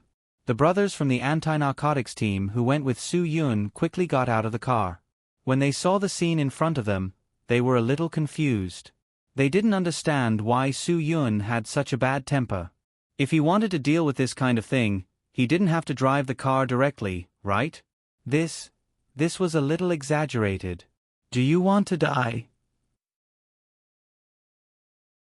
Su Yun became arrogant. Even a real devil was nothing in front of him. Moreover, Zhang Shanmin was just a bad guy. This was the first time in many years that Zhang Shanmin, who had always been able to do whatever he wanted, was suppressed by someone in terms of aura. His face was filled with shock. Looking at his 6 subordinates on the ground, his expression turned even uglier.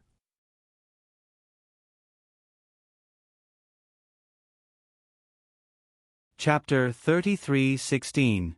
Although Su Yun said it casually, the murderous aura on his body made Zhang Shantian a little timid. He hadn't felt this timid for more than 10 years. Xia Qiuyu pulled Yang Ye behind Su Yun and Lin Ge.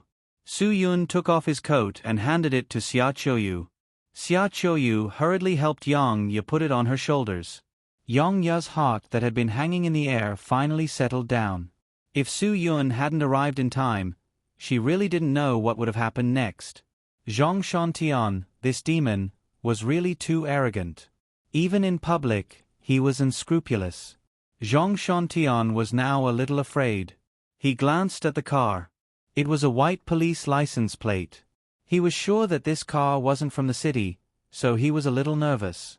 If it was a police car from the city, it wouldn't be so rude to him. Those who dared to treat him like this obviously didn't know his identity.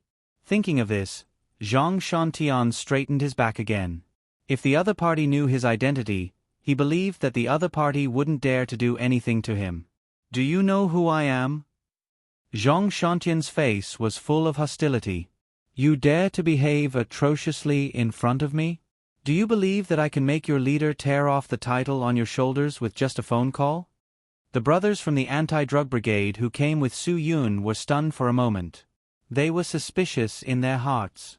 Who the hell is this guy? What a big mouth. Yo, so arrogant? Su Yun, but I don't want to know who you are at all. I don't care who you are. If I want to beat you up, I'll beat you up. I'm not a child playing house. I won't beat you up after you tell me your identity. That's called cowardice. When Zhang Shantian heard that Su Yun didn't buy it at all, he was even more embarrassed. He pointed at the hotel owner and said to him, "You tell him who I am." The hotel owner was already trembling at this moment. The 2 groups of people in front of him were definitely not to be trifled with. He knew very well that he could not afford to offend them, so he simply turned his head to the side and pretended not to hear. Su Yun waved at Zhang Shansheng. Don't make things difficult for others. Didn't you say that you can remove my rank? Come, try it. I want to see which leader you can call to remove my rank. Zhang Shantian did not know that Su Yun was from the army. She thought that he was from the police. Even if Zhang Shantian knew that Su Yun was from the army, She would never believe that such a young man already had a golden spike on his shoulder. Su Yun, who had countless military achievements, was promoted to the rank of Major General by the country. When he became the instructor and captain of the Dragon Fury team, he was already a little general with a golden star on his shoulder. It was definitely unique in the country. In this lifetime, other than the chief who was higher than Wan Guangxiao, no one would dare to say that they could directly remove his rank. It was rare to see Zhang Shantian acting so recklessly today. It could only be said that this was a poker player who had never seen a king before. She really thought that his two was the biggest. You don't believe it? Good. Good. Good. I'll let you see the consequences today. Zhang Shantian gritted his teeth and said, "You're just looking for trouble for yourself. Do you know who we are?" The brothers from the anti-drug brigade glared and said, "Look at the license plate clearly. We're not under the jurisdiction of your local police station. We're from the anti-drug brigade, the Border Anti-Drug Brigade, a unit directly under the control of the country." Hearing this, Zhang Shantian's eyes were clearly dazed for a moment. His knees were a little weak. Su Yun keenly captured this special reaction of the other party.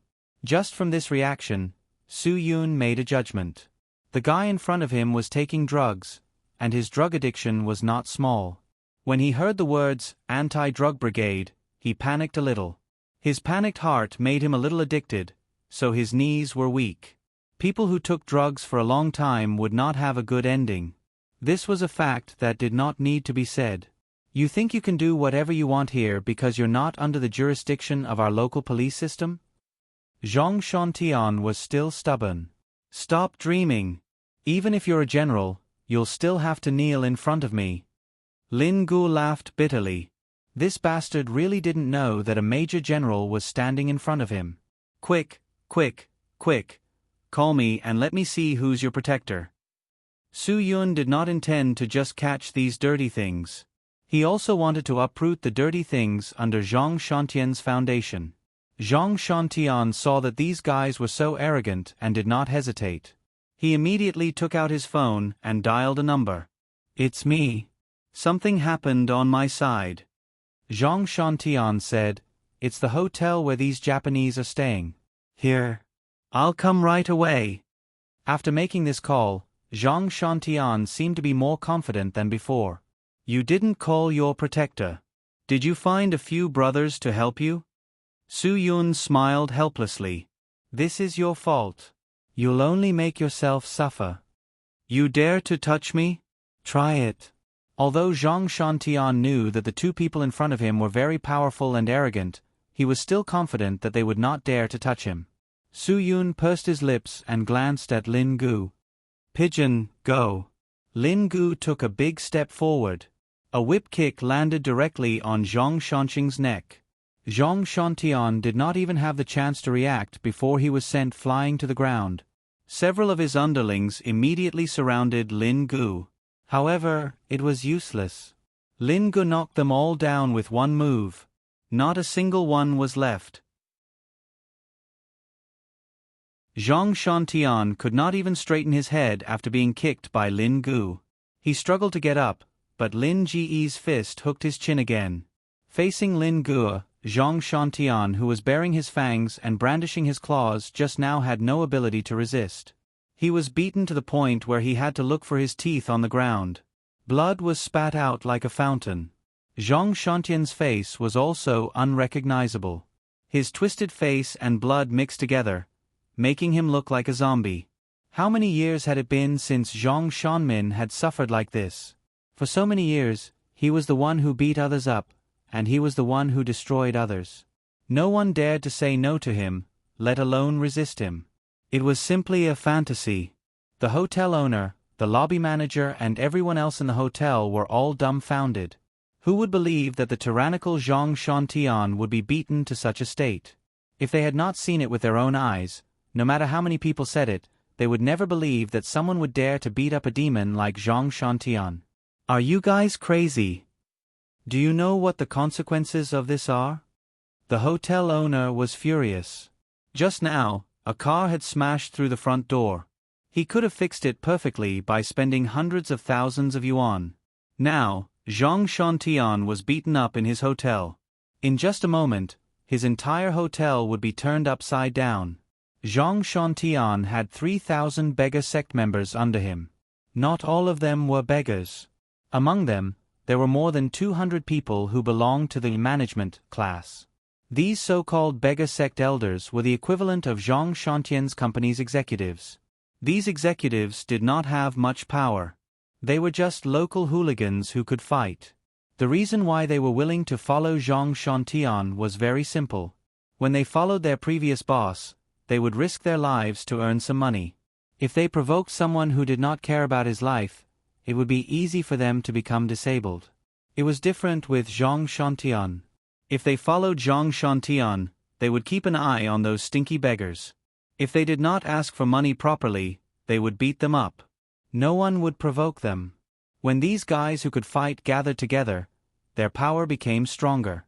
No one dared to challenge Zhang Shantian, so no one dared to provoke them. No one dared to provoke them, so they could be arrogant without any fear. Moreover, Zhang Shantian had given them quite a lot of money.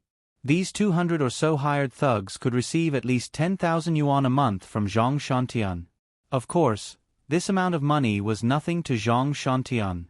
Those crippled beggars under him could earn him 50,000 to 60,000 yuan a month at most. Ordinary beggars who were not crippled could earn at least 5,000 to 6,000 yuan a month. Therefore, he had more than 2,700 beggars under him, and all of them went to the streets to ask for money for him. Raising more than 200 hired thugs was simply a drop in the ocean. It was very easy. Moreover, Zhang Shantian was very clear that the more hired thugs he had, the easier it would be for him to make a living in this place.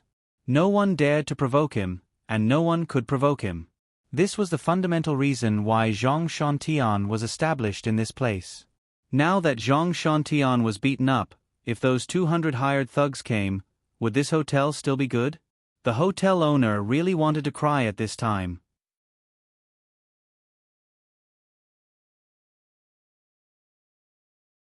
Chapter 33:17. Zhang Shantian didn't stay put after being beaten. Although the pain on his face was unbearable, he still wanted to run away. Dodging like a cat, he actually hid behind a few Japanese. He really treated these Japanese people as his protectors. In Zhang Shantian's mind, no Huaxia dared to beat foreigners. Huaxia people were inferior to foreigners. Obviously, Zhang Shantian was also a generation that was tricked by those who belittled themselves. They always felt that Huaxia wasn't as strong as foreign countries, so Chinese people should be inferior. Although Zhang Shantian was a local tyrant, he really didn't go out of the country. If Zhang Shantian really went out of the country and saw how the people in the super luxury jewelry stores in Europe flattered Huaxia people, then he would understand how noble Huaxia people were in the world now. It could be said that in the whole world, there was nothing that Huaxia people couldn't afford. If there was really a possibility of trading with the country, Huaxia could buy Little Japan Island in minutes. The Japanese people were still praising Zhang Shantian just now. Now that they saw Zhang Shantian's pitiful appearance, they instantly didn't have a good impression of him. Mr. Zhang, I thought that your local power had reached a level that no one could match, so I chose to cooperate with you. The Japanese people's faces were already black at this moment.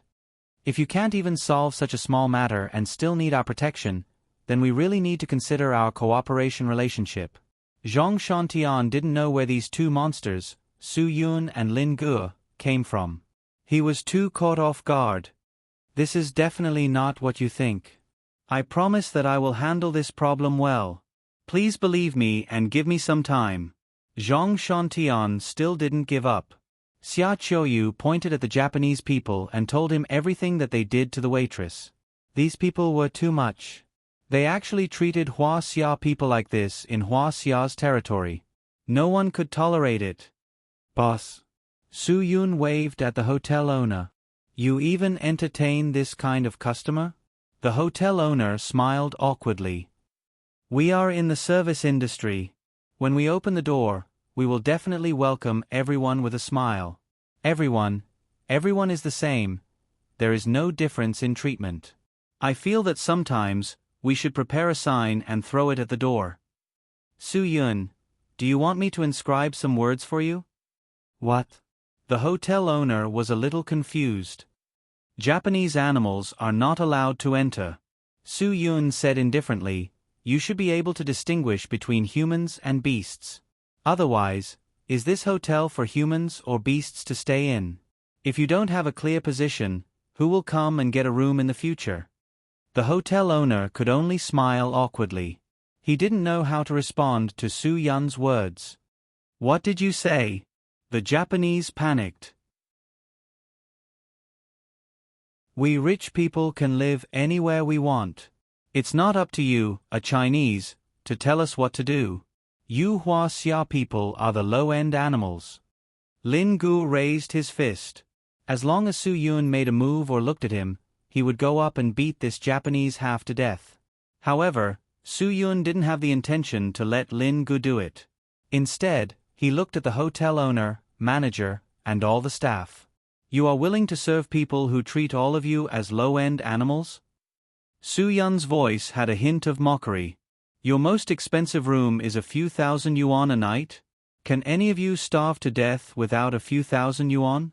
How much money can each of you earn from these few thousand yuan if you calculate them separately? 100? 50?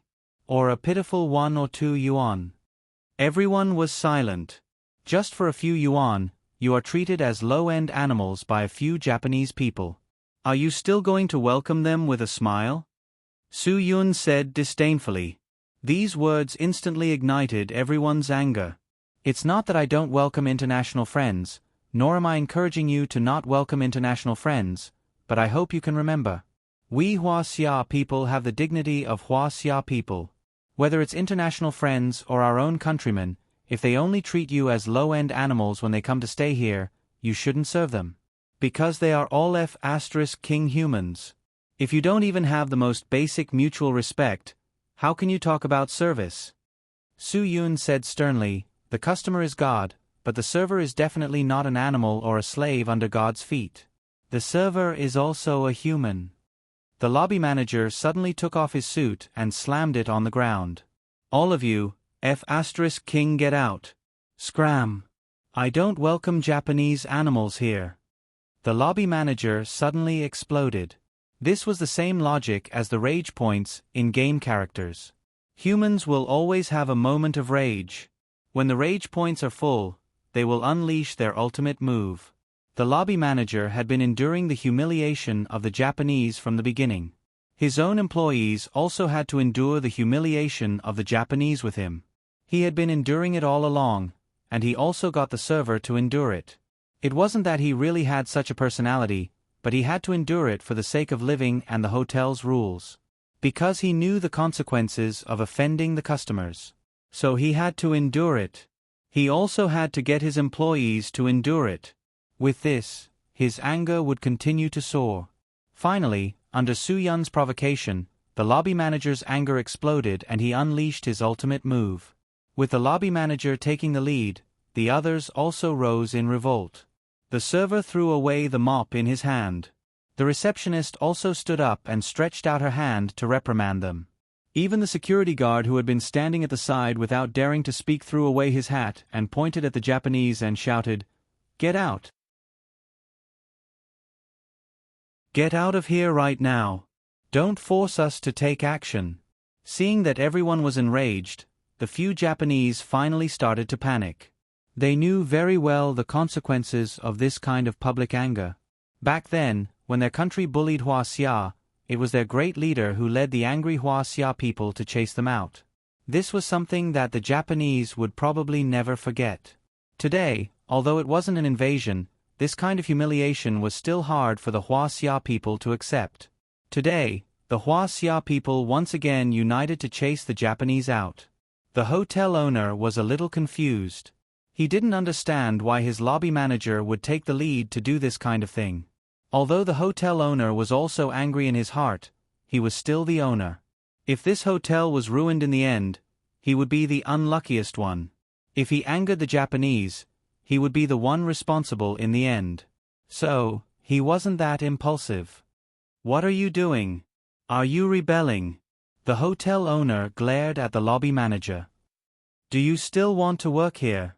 If you don't want to work here, then scram. Don't cause trouble for me. Boss, if you still stand on the side of the Japanese today, then don't blame me for not working with you anymore. The lobby manager said, I really don't want to work here today. I'm not your man anymore. I don't want this month's salary either. I'm going to chase these bastards out of here right now. I can't let them bully our Huaxia people. The hotel owner was rendered speechless by his words. Su Yun smiled and looked at the hotel owner. As the boss, if you can't even protect the dignity of your employees, I think no one will be willing to work in your hotel in the future. This sentence stimulated the determination of the hotel staff. No matter what, they had to chase these Japanese out today. They definitely couldn't let these bastards stay here. The hotel owner knew that the will of the people was the will of the heavens. If he didn't follow the will of the heavens, he was afraid that he wouldn't have a place to stay in the future. He indeed had to make a correct and wise decision. And this decision wasn't for temporary benefits and small troubles, but for long-term benefits. Chase them out. The hotel owner finally spoke. The person who drags them out first will get a reward of 1,000 yuan. As soon as he said that, the hotel security guard stepped forward and grabbed the Japanese without hesitation. What he cared about wasn't the reward, but this job should be his job as a security guard. Otherwise, would he be feeding them for free? Just now, because of the lobby manager's order, they didn't dare to meddle in other people's business.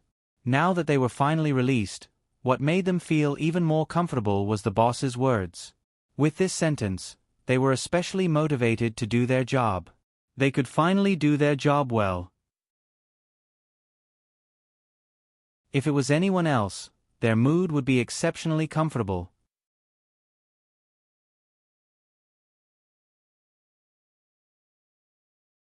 Chapter 33:18. The Japanese were instantly thrown into a panic and fell into a passive state. The passive Zhang Shanmin vented all her anger on the hotel owner. When the hotel owner made eye contact with Zhang Shantian, he quickly avoided her gaze out of fear. Although the hotel owner's heart was happy at this time, he was still a little scared. He was afraid of Zhang Shantian's revenge. This decision might cause him a lot of trouble. It seemed that this hotel could only be managed by a professional manager. He had to prepare to leave with his family and children. Of course, this was all in the future. Right now, the hotel security guards and staff were no longer under their control. Not only were the Japanese pulled, but even Zhang Shanxing was pushed to the door by them. The hotel's main door was smashed by Su Yun's car. The glass shards were all over the floor. The sound of the glass being stepped on was ear-piercing. For the hotel owner, it was even more heart-wrenching. This was all his money. Zhang Shantian, you're a piece of trash. The Japanese scolded. Is this what you mean by no one in your territory will challenge you? Is this your damned strength? It's ridiculous. Things shouldn't be like this. Zhang Shantian said, I don't even know where those two bastards came from. This isn't scientific at all. These two bastards completely ruined my plan. No one can provoke me here. This is the truth. The Japanese woman screamed like a pig being slaughtered. She kept kicking her legs. Once this old woman lost her temper, it was definitely the same as the whole world. It was definitely not only Huaxia's characteristic. A shrew was a shrew. Regardless of nationality or age, quality was really nurtured by family education. I promise that our cooperation will be perfect. We will also make a lot of money from this business. I promise you. Zhang Shantian was already like this, but she still didn't forget about her business. Perfect. The Japanese woman's face was full of disdain. Look at today. This is the first day we met. We had so many unpleasantness on the first day, and you still have the nerve to talk about perfection with me. Zhang Shantian was a little anxious. I said it before. It was an accident. However, the Japanese didn't seem to want to listen to his explanation. He suddenly stopped speaking Chinese and started cursing in Japanese. Although Zhang Shunyao didn't understand what the other party was saying, he could guess from the other party's tone and expression that the other party was complaining about him. If someone complained about him, he really had nothing to say. It was his own doing, so he deserved it if someone complained about him. If it was anyone else who encountered such a thing, they would definitely be very unhappy. The fact that the Japanese did not point at his nose and scold his mother was already giving him a lot of face. If Zhang Shanfei went to Japan and encountered such a situation, he was sure that he would definitely point at the other party's nose and scold them. He would definitely not have a good temper at all. When everyone worked together, their momentum was great. She really dragged them out. Zhang Shanfei's face was completely gone at this moment. However, this seemingly concluded matter was overturned the moment everyone pushed Zhang Shanli and the Japanese out of the hotel. More than 30 cars swarmed in and directly rushed into the hotel. They surrounded the entire hotel entrance without saying a word. Among these more than 30 cars, there were many 7-seater and 9-seater commercial vehicles. All of them were filled with people. As soon as the car doors opened, people jumped out and surrounded the entire entrance of the hotel. Not even a drop of water could trickle through. The lobby manager panicked at that moment. He staggered, let go of the people, and ran back. Although he acted tough just now, he still couldn't control himself in the face of such a terrifying scene. In the end, he chose to run back because he was afraid that he would be beaten up too badly if he stayed at the front. Even if he used his toes to think, he could understand that these were all Zhang Shanyao's people. Just now, it was the lobby manager who had brought up the momentum. Now, it was the same for the discouragement. All the hotel staff who had wanted to settle the matter in one go were terrified. They quickly retreated. The 2 security guards did not dare to stay behind and hurriedly retreated. They didn't expect the lobby manager to be so influential. It seemed like it was very important to find a decent lobby manager to open a hotel. There were more than 200 people in these more than 30 cars. Once they got out, they all saw the wound on Zhang Shanli's face and the blood on his body. They all came forward. Big brother, who did this to your face? Big brother, you're bleeding. Who asked you to be in such a miserable state? I'll go and bleed him now. Hurry up, who the F*CK has type B blood. Hurry up and bleed for boss to drink. Boss is bleeding so much, he'll definitely run out of blood. Zhang Shanli was very angry at that moment. He was angry because he had the confidence to be angry. His people had finally come. He was angry because he hadn't been in such a miserable state for many years. Today, he was in such a miserable state in front of all his subordinates. It would definitely affect his reputation in the future. I'll drink your F***. Zhang Shanling slapped the face of the guy who was trying to flatter her. Drinking blood can replenish your HP. Did you F***king not even graduate from primary school? You don't even know this common sense. You only F***king know how to drink. The guy was stunned after being slapped. Boss, my mom said to eat whatever I lack. It'll definitely replenish my blood. Then you should really ask your mom to make more brains for you to eat. Zhang Shanli spat. You don't even think before you speak. Do you even have a brain? Replenish your blood. Boss, he eats a sheep's brain every morning at the mutton restaurant. I think he eats pig's brains every day. Zhang Shanli glared. What are you all waiting for? Can't you see that I'm in such a state? Do you still want to watch? Do you want to watch me bleed to death here? Zhang Shanli vented all his anger on his subordinates. In his opinion, these bastards needed to be taught a lesson. They needed to be taught a lesson. They only knew how to eat, drink, and gamble every day. They didn't know how to use their brains. When the Japanese saw that Zhang Shanli had gathered so many people at once, they regained their confidence in him.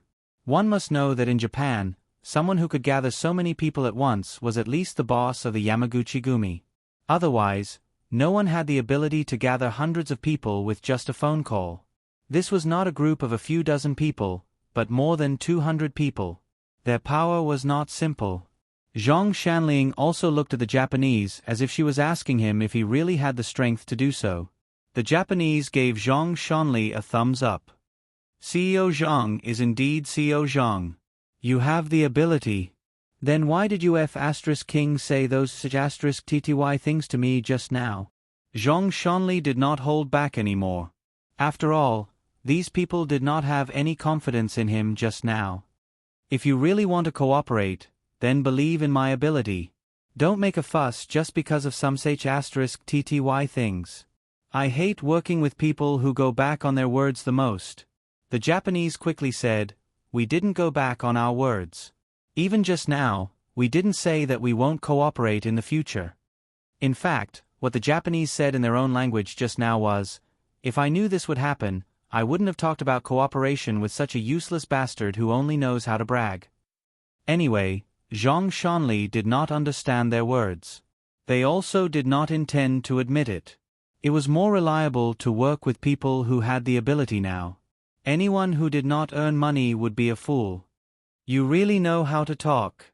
Zhang Shanli pointed at the Japanese and said, I don't have time to talk about cooperation with you now.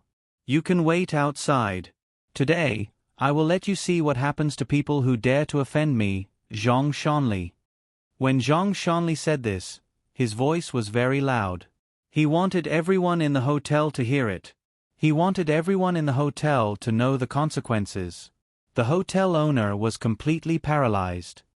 He sat on the ground and did not say anything for a long time. His mind was blank. He thought to himself, it's over. It's completely over now. Once there were consequences, the unluckiest person would definitely be him.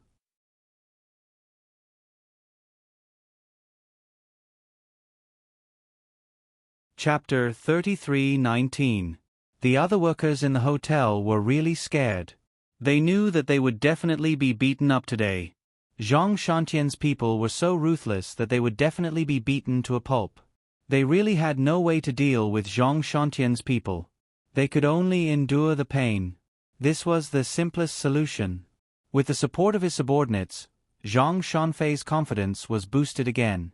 Even though Su Yun and Lin Gu had shown their strength in fighting against so many people, with just the two of them, there was no way they could defeat so many of his subordinates, right?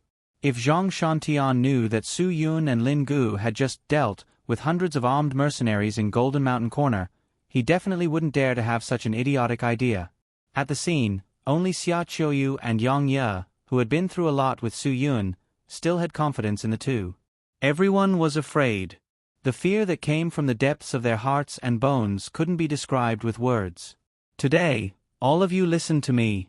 Everyone in the lobby will be counted as one. No matter if it's a man or a woman, if anyone can walk out of here, I will cripple you and make you beg on the streets. Zhang Shantian gave a death order. Hearing Zhang Shantian's words, Xia Qiuyu thought of the rumors that the lobby manager had told her about Zhang Shantian. She walked directly to Su Yun's side and said to Su Yun, this person is a local villain. Do you know why there are so many crippled beggars here?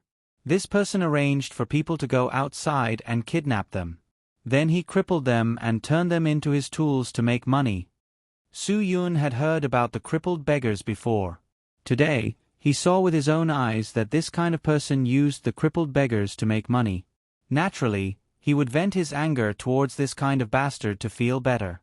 Su Yun cracked his fingers. He hadn't wanted to beat someone up so much in a long time. Even if he had met so many bastards, so many inhumane people, this Zhang Shantian in front of him was definitely the one he wanted to beat to death the most. If there were no legal restrictions, Su Yun would definitely crush this bastard's bones inch by inch and throw him on the streets to let him slowly die of pain. Lin Gu took a deep breath and slowly exhaled. Only then did he ease the unbearable anger in his heart. Brother, let's do it. I really can't take it anymore. Today, every single one of them is counted as one. If there aren't a few bones in their bodies, then it'll be considered our negligence. Su Yun, then we won't have the face to go back and see others. Lin Gu chuckled. I understand. Su Yun and Lin Gu didn't seem to be at a disadvantage in terms of aura, which shocked everyone present. Who would have thought that the two people in front of them didn't show any signs of panic in the face of so many people, and could even laugh out loud? Are the two of you crazy? At least we won't die too miserably. The hotel owner was panicking. If the hotel was destroyed, then so be it. The only loss was the renovation. If someone died here, then his life would be ruined. Xia Chuyu found it very strange. Everyone present seemed to have decided to admit defeat. No one thought of calling the police or resisting. It seemed that the local police's ability to enforce laws needed to be improved. Actually, it wasn't that they didn't want to call the police. This kind of situation had happened more than once or twice in the local area. Even in many places around the country, once a large-scale brawl happened, the police couldn't rush to the scene to deal with it like they did on TV. The police would always drive over the moment the brawl ended. They would take the people who were beaten to the point they couldn't crawl back to the police station to record their statements and conduct an endless investigation. Therefore, many people wouldn't think of calling the police when faced with this kind of big matter. The best way to solve it was to call the police. For example, the old woman on the third floor would complain that the young woman on the second floor was too loud and would disturb her sleep every night. The young woman on the second floor would complain that the old woman on the third floor was too loud and would wake her up early in the morning every day. Then, the two sides would go from pointing at the mulberry tree to the locust tree, to greeting the family, and then to pushing and pulling. If they called the police at this time, the speed at which the police rushed over was commendable. This wasn't because of the police's ability, but because the police force was far weaker than the evil forces. The police had no choice but to take a more appropriate approach. This was a very helpless thing. Many people also put the hat of inaction on the police. In fact, if they were to put on the police uniform, what would happen if they were the ones wearing the police uniform? Would he also not be so foolish as to rush forward whenever he encountered something, regardless of the consequences? Once people grew up, they would worry about the consequences when they worked. Moreover, anyone who worked in the police system had a good job. If they could find a wife with good conditions, who wouldn't want to live a stable life without any accidents? It was good as long as they understood each other. After all, there were very few people like Qin Wan, who was serious and responsible, and there were also very few people like Chen Wei, who was a bureau chief. Su Yun understood the police quite well. As long as they didn't collude with these kinds of people to do those immoral things, he could understand. If they were the kind of scum in the police world who colluded with evil people to do those things, it would be a different story. The group of people around Zhang Shanfei were also a little surprised. They had never encountered such a situation before. According to the normal procedure, they should all be obediently kneeling on the ground and let them beat them up with sticks. Then, they would be sent to the hospital for half a year with broken bones and be bedridden for half a year. This was their normal procedure. But today, there were people who broke this rule and walked in front of them with their heads held high. Moreover, it wasn't a group of people, but only two people. The brothers in the anti-drug team didn't think so much. When they saw that things were out of control, they immediately called the police and quickly explained the situation. When they called the police, Zhang Shanfei and her subordinates had a disdainful smile on their faces. Lin Gu didn't know whether to laugh or cry. At this time, don't expect reinforcements. It's not too late to talk about it after you settle the matter, right? The brothers in the anti-drug team didn't think so. It was a pity that he didn't have a gun. Otherwise, he believed that he could control the situation alone. Of course, the people in the anti-drug team had experienced life and death. They were different from ordinary police. Even if he didn't have a gun in his hand, he still stood up and said to Zhang Shanfei, "I'm a police officer. I'm warning you, don't gather here to cause trouble." Police. Hee hee. Okay, police comrade, right? Look, did you see that? This is what you hit. It's a crime for you police to hit people. Zhang Shanfei was very shameless. Today, I was just defending myself. You beat me up so badly. There's nothing wrong with me defending myself. Don't F*King stand there. Go. Zhang Shanfei finally gave the order. There were more than 200 people, and they were all armed with knives, spears, and rods. If this was in ancient times, they would definitely be fighting with Sky Piercer and Green Dragon Crescent Blade, right? Su Yun and Lin Guo stood on the left and right respectively. They didn't seem to have any intention of backing down. Seeing the mighty group of thugs rushing up, Su Yun and Lin Guo acted almost at the same time. Their intentions were very obvious. They wanted to snatch the weapons. With their speed, it was too easy to snatch the weapons. The people at the front were usually the ones with high fighting power and confidence. So, they didn't care at all. In the blink of an eye, the steel rods in their hands were gone. Following which, Su Yun smashed down with a stick, causing blood to splatter all over his body. Lin Guo didn't show any mercy. For these guys, it wasn't too much to beat them to death. Thinking about how they usually treated those miserable beggars, just because of this, Lin Guo couldn't wait to smash these inhumane dogs to death. However, thinking about it was one thing. He still had to hold back a little. If he really smashed people to death on the spot, he would have to bear the legal responsibility.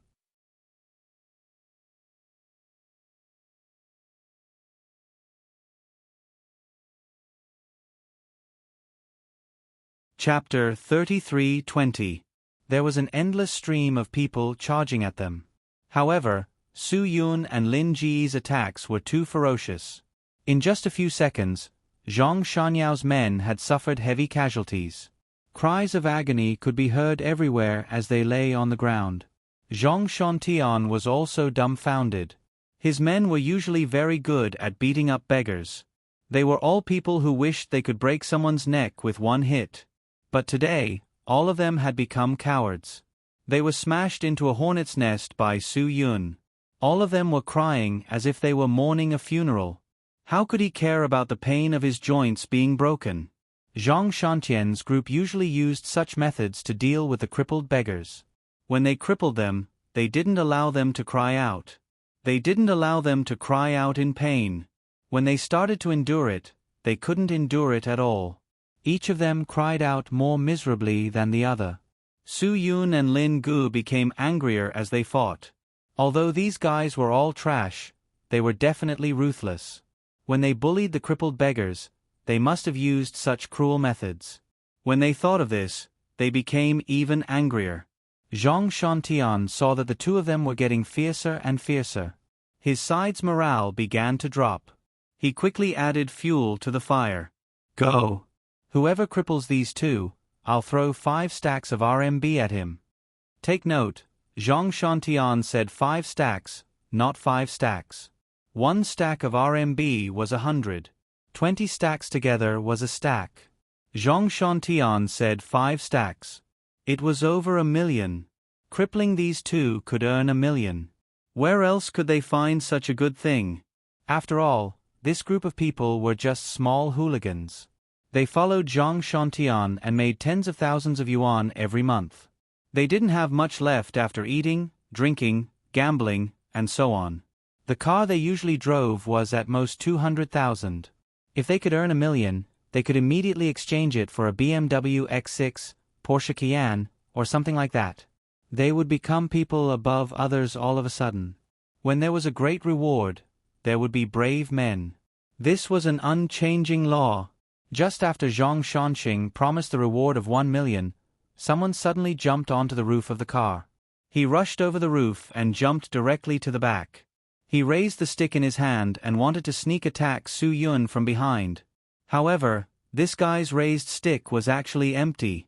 As soon as he turned around, Xia Qiuyu used the stick that she had stolen from this guy and smashed it hard on his head. The guy who went crazy for 1 million was knocked down to the ground by Xia Qiuyu's stick.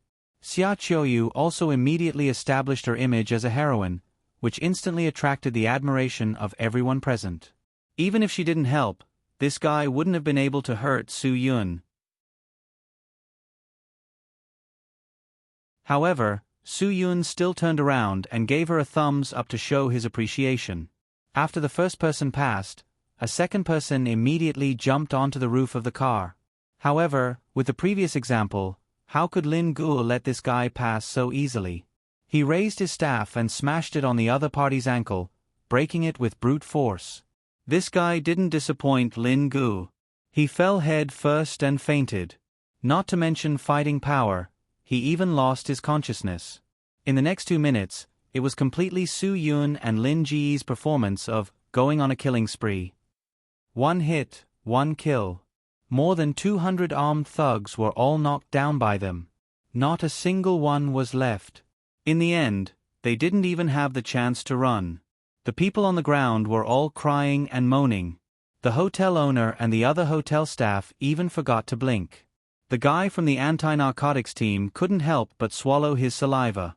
No wonder Huazi Gu kept saying that the people in the team were awesome. This wasn't just awesome. His 3 views, no, 5 views were so shocked that he didn't know what to do. Zhang Shantian wasn't just in a daze now, he was completely stunned.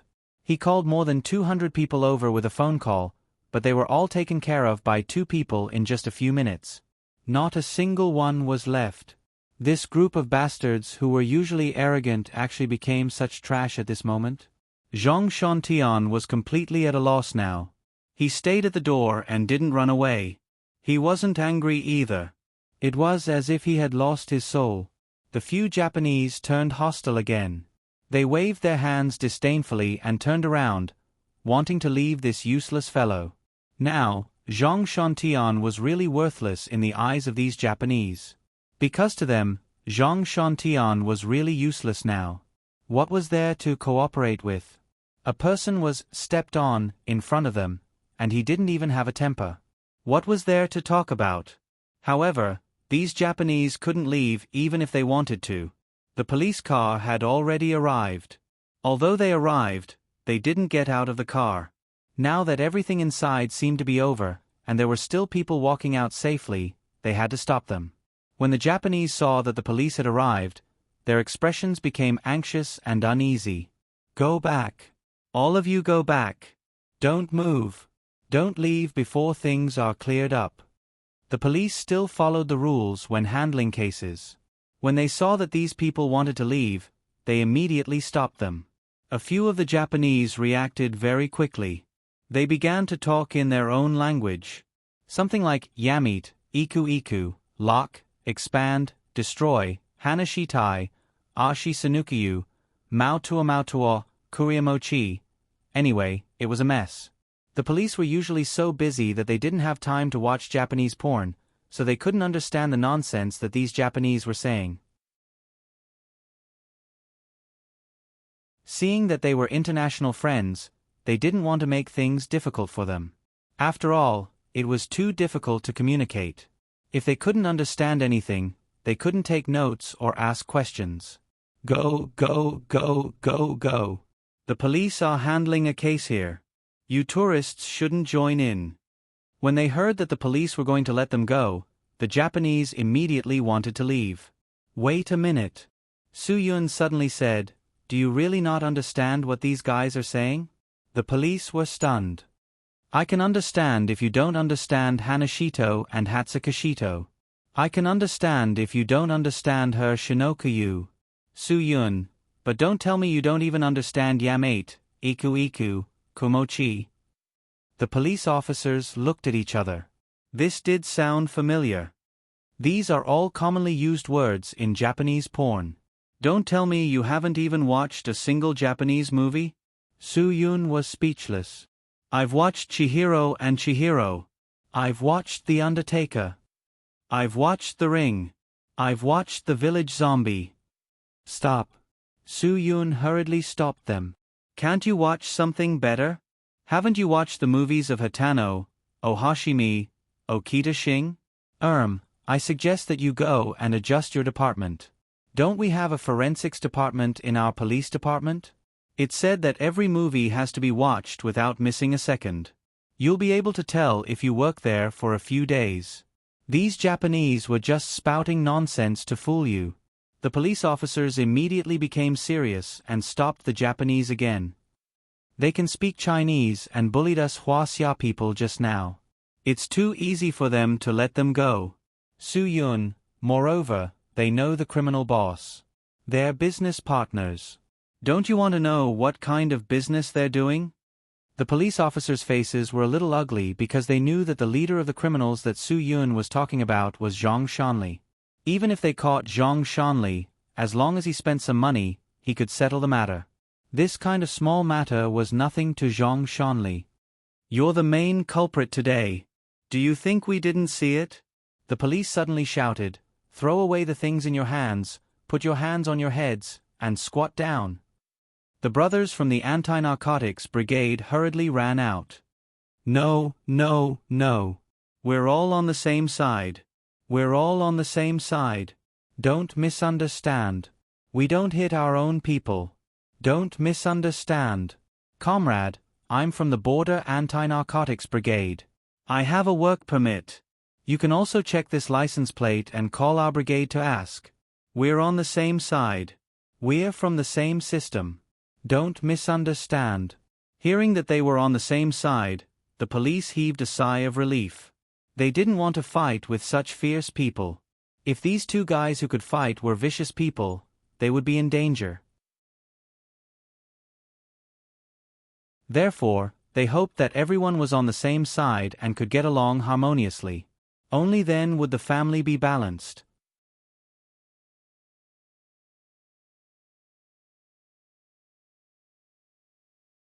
Chapter 33:21. Zhang Shanli suddenly squatted on the ground with her head in her hands and shouted hysterically, "The police are beating people up. The police are trying to kill people. Breaking the law knowingly. Abusing power." If at this time, there were some bystanders and netizens with ulterior motives who recorded this scene with their mobile phones and posted it on their WeChat moments, today's incident would definitely make the headlines. Now, this was what everyone liked to see. This was also a method that Zhang Shanli wanted to use. After all, it was really difficult to be a police officer these days. After all, there were indeed a few years where the social atmosphere in our country was very bad. The atmosphere in the officialdom was very bad. At that time, there was no such thing as the tigers and flies order. Therefore, some people with power liked to abuse their power and collude with the underworld. Even though the atmosphere in the police was better now, it was still easy for the people to misunderstand. A while ago, there was such a video of the special police beating people at the entrance of a ceramic factory. When this video appeared, it was reposted on WeChat Moments, and there was a lot of scolding. To be honest, anyone who saw the special police beating people up would be angry. After all, the people who were beaten were ordinary people, a vulnerable group. However, this video was taken out of context. Some of the things that these so-called ordinary people did before were also very overboard, but no one said anything. In fact, it was the ordinary people who went to the factory to ask for money. This kind of thing was very normal in Huaxia. As long as the factory involved pollution, the surrounding people would go and ask for money. The boss with a conscience would use money to appease them, and the boss without a conscience would use the underworld to suppress them. As for this incident, it was obvious that the boss had called the police because the ordinary people's way of asking for money was indeed illegal. The commotion was too big, and with the mastermind's persuasion, someone started to take action and locked down the factory. Once the anger of the people was aroused, they would do things without regard for the constraints of the law.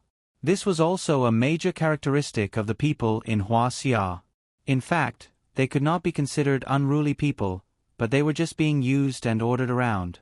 They did irrational things for some benefits. The ordinary people who were used were very angry. For safety, they had no choice but to mobilize the special police. When the mastermind saw the special police, he wanted to make a big deal out of it. Then, he used the law does not punish the majority method to make the ordinary people hit the special police, smash the police cars, and scratch the special police. After all, the special police were the police. They could not act without orders. This profession was different from the urban management team, and it was also different from the police station. There were no temporary workers to solve the problem, so no one would act impulsively. If that happened, they would be punished. If that happened, they might be directly fired. In any case, the special police officers who came to the scene to stop the riot should not have such a strong relationship. They would not act recklessly. If they had a strong relationship, they would not be fired if they dared to act recklessly. In the face of such a dangerous situation, they would not appear. Therefore, the special forces would not deliberately beat up the civilians because there were people with ulterior motives who had begun to plot against the masses to steal guns. If this continued, people would be to the police, to the police, to the police, to the police. Only then did the leader allow them to fight back. Then, the planner could record the video. Any video clip that was out of context and was very intense at the beginning was edited by people with ulterior motives. And with Hua Xiao's personality, any conflict would not explode at the beginning. It would be stirred up slowly. This was actually designed by the mastermind behind the scenes. It was to stimulate public opinion. The power of public opinion was very strong. Obviously, Zhang Shantian was a person who was good at using such methods. It was not that the relevant departments did not think of dealing with the problem of the disabled beggars. Then, Zhang Shantian created a public opinion that the city manager wants to drive away the poor beggars. Then, he became bolder and bolder. Now that Zhang Shantian shouted, the police were confused. There were so many people on the roadside. Those who did not know would really think that they were the ones who made it so miserable. If they really created public opinion, they would definitely be scolded to death by the bureau chief and the city leaders. Su Yun did not care so much. He stepped forward and stomped on the back of Zhang Shantian's head. Zhang Shantian's entire face was slapped on the ground. His nose bone was really embedded in his face. It was needless to say how ruthless this kick was. Su Yun was really disgusted by this bastard. At this time, he still wanted to gain the sympathy of the bystanders. This was really because he had been the leader of the beggar gang for too long. He could not forget his original profession. Su Yun definitely controlled his strength to the extreme when he hit Zhang Shantian. He definitely could not let him not be able to withstand it. If he fainted, it would be too easy for him. Therefore, Su Yun's ruthless strength was very well controlled. It was to let Zhang Shantian slowly enjoy it. When Zhang Shantian raised his head again, the policeman outside really couldn't recognize him at all. If they hadn't seen Zhang Shantian's face before, they really wouldn't have believed that this big shot had been done to like this. You see it now. He is the one who hit people. See it now. Zhang Shantian glared and said, "Do you still need me to say more? Let's capture him now. Even if he is one of your own people, you can't let this scum go so easily." Before the few police comrades could react, Su Yun's foot kicked again. This kick made Zhang Shantian see stars. He quickly raised his hands to protect his head. He was afraid that Su Yun would give him another kick. "Don't hit him, don't hit him. We will talk about this when we get back to the station." After the police finished speaking, they wanted to take him away. Zhang Shantian raised his head and glared. "I want to call your leader." "That's your business. Come back with us first. You can call whoever you want. We can't do anything about it," the police said as they wanted to take them away. Lin Gu said, "We don't have to do that, right? We are all on the same side. We are also upholding justice. Whether you are on the same side or not, you have to come back with us. Even if you are on the same side, you have to cooperate with our work. Especially in this situation. Look at your car. You even drove into someone's hotel. Don't you need to explain this matter properly?" Su Yun nodded. "Okay, we will explain. And you guys, everyone here, get ready to go back and record your statements." The hotel owner couldn't sit still after the police spoke. Police comrade, can I not go? This happened at my place. There's no way to control it. Let them settle this matter." The hotel owner didn't dare to go because he was afraid that he wouldn't know what to say if he went. If he told the truth and Zhang Shantian was fine in the end, he would definitely be in trouble. But if he didn't tell the truth, he would feel sorry for the people who stood up for them. If it weren't for Su Yun and Lin Ji's prowess, who were able to single-handedly annihilate over 200 enemies, he really didn't know how badly he would have been beaten up by Zhang Shantao's men. Although it was impossible to kill him, The possibility of him being crippled was too high. These people were too ruthless. Therefore, the hotel owner's heart was still on Soo-yun's side. He was really embarrassed about the matter of recording his statement. He was in a dilemma. Just because it happened at your place, as the boss, you have to explain it clearly. The police definitely wouldn't agree to his request. There was no room for discussion. Soo-yun could see the hotel owner's worry. Don't worry. Go there and boldly tell the police the truth. If anything happens, I will take care of it for you. Also, your employees are all good. You should treat them well in the future. They will definitely make your hotel prosperous. The hotel owner wasn't in the mood. He really didn't dare to think about the consequences of this matter. If he was unlucky enough, this disaster might even implicate his family. This was what he was most afraid of. Soo-yun was so confident because he had the ability. The hotel owner didn't have the ability to face 100 people and not retreat. If he could fight half as well as Soo-yun, he definitely wouldn't be afraid of Zhang Shantian. Justice will definitely be able to defeat evil. Xia Qiuyu said to the hotel owner seriously. Then, everyone was taken back. Even the anti-narcotics team's car was driven back. After the local police checked the license plate, they immediately contacted the anti-narcotics team to confirm if there was anything fishy about the identities of the 3 people here. After all, there were many bold, pretentious criminals in this era. There were many people who used fake license plates to swindle people everywhere. In those years, there were many swindlers who rented luxury cars with military license plates and went out to swindle the rich. There might be such scum in this era.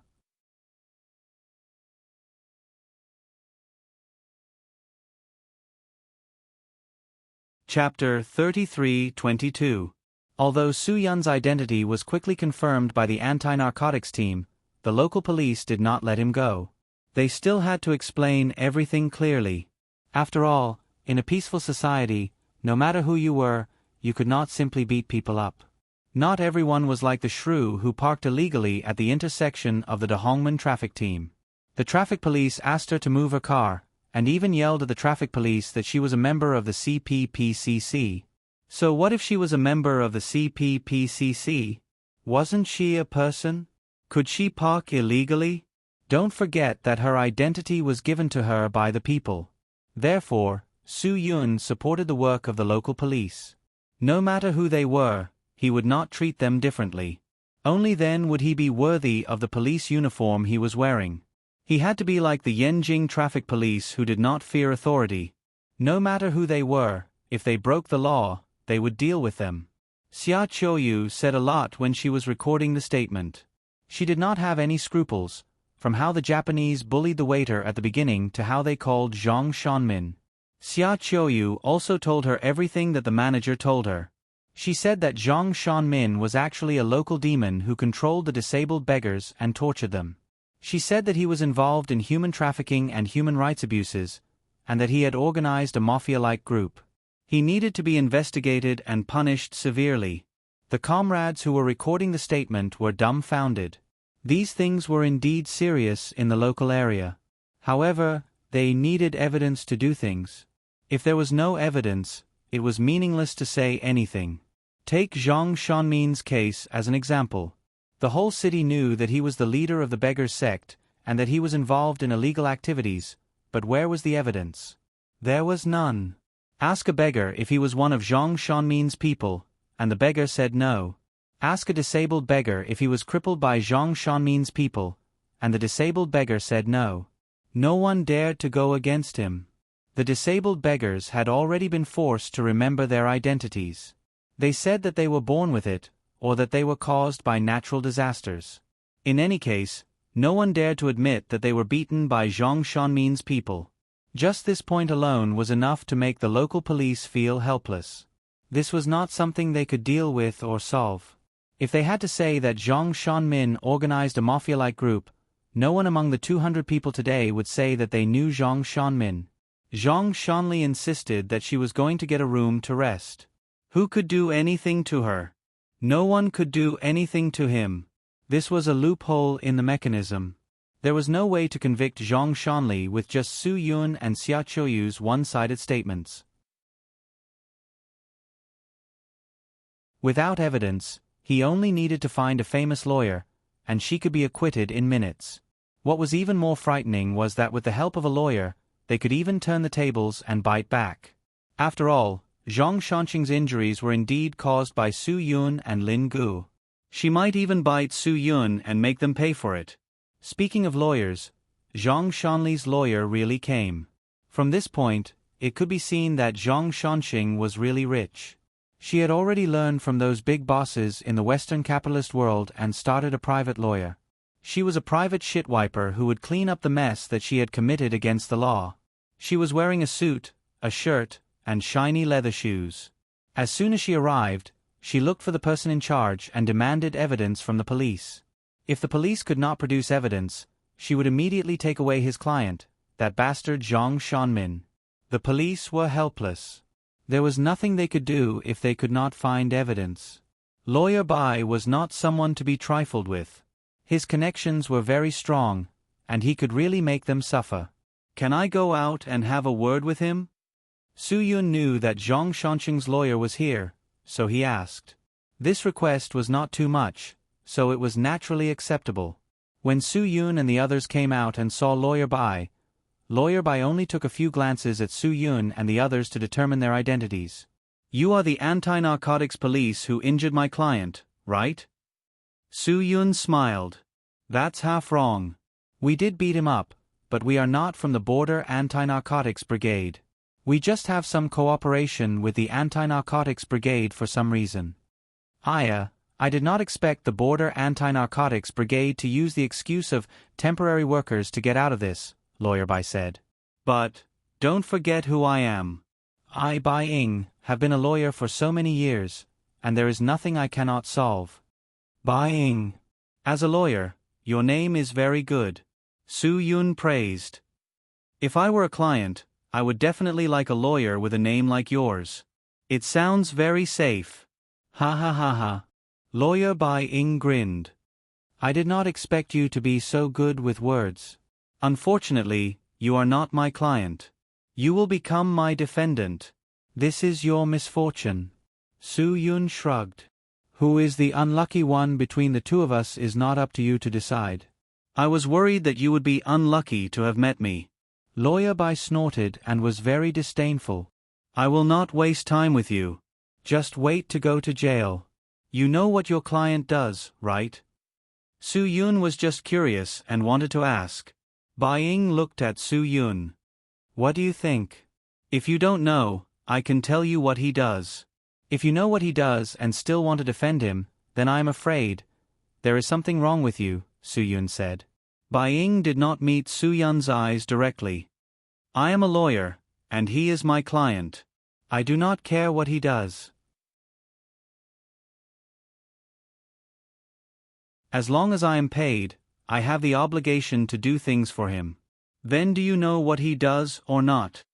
Xia Qiuyu could not help but raise her voice. Bai Ying looked back. "So what if I know? So what if I don't know? I only need to know that I have to protect my client's rights. Other things do not seem to be within my scope of service. Why should I care what my client does?"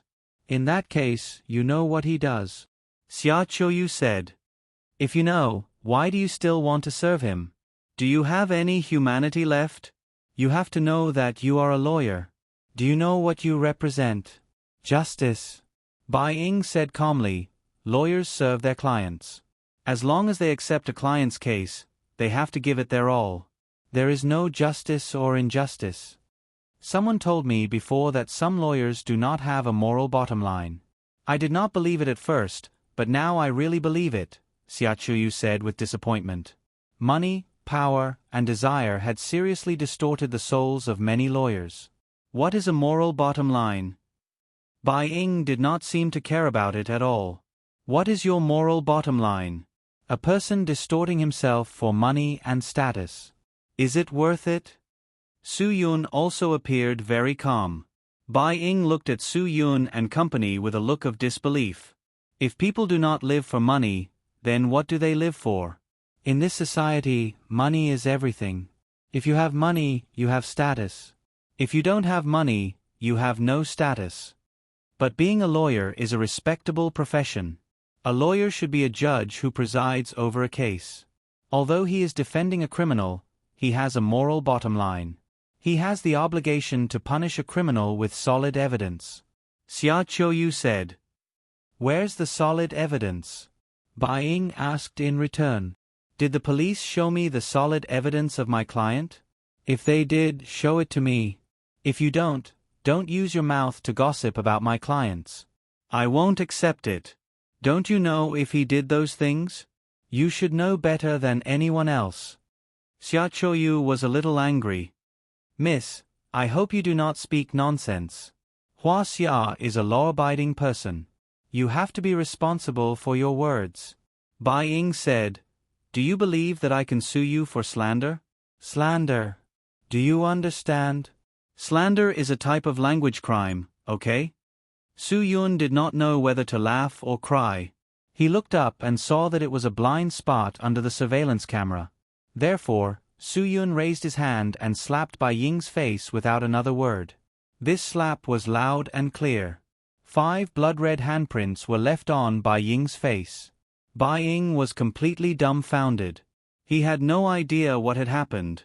The other party actually dared to hit him here.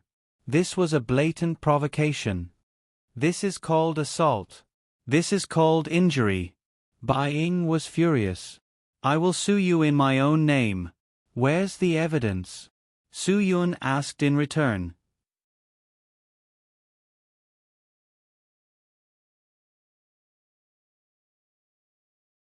Chapter 33-23.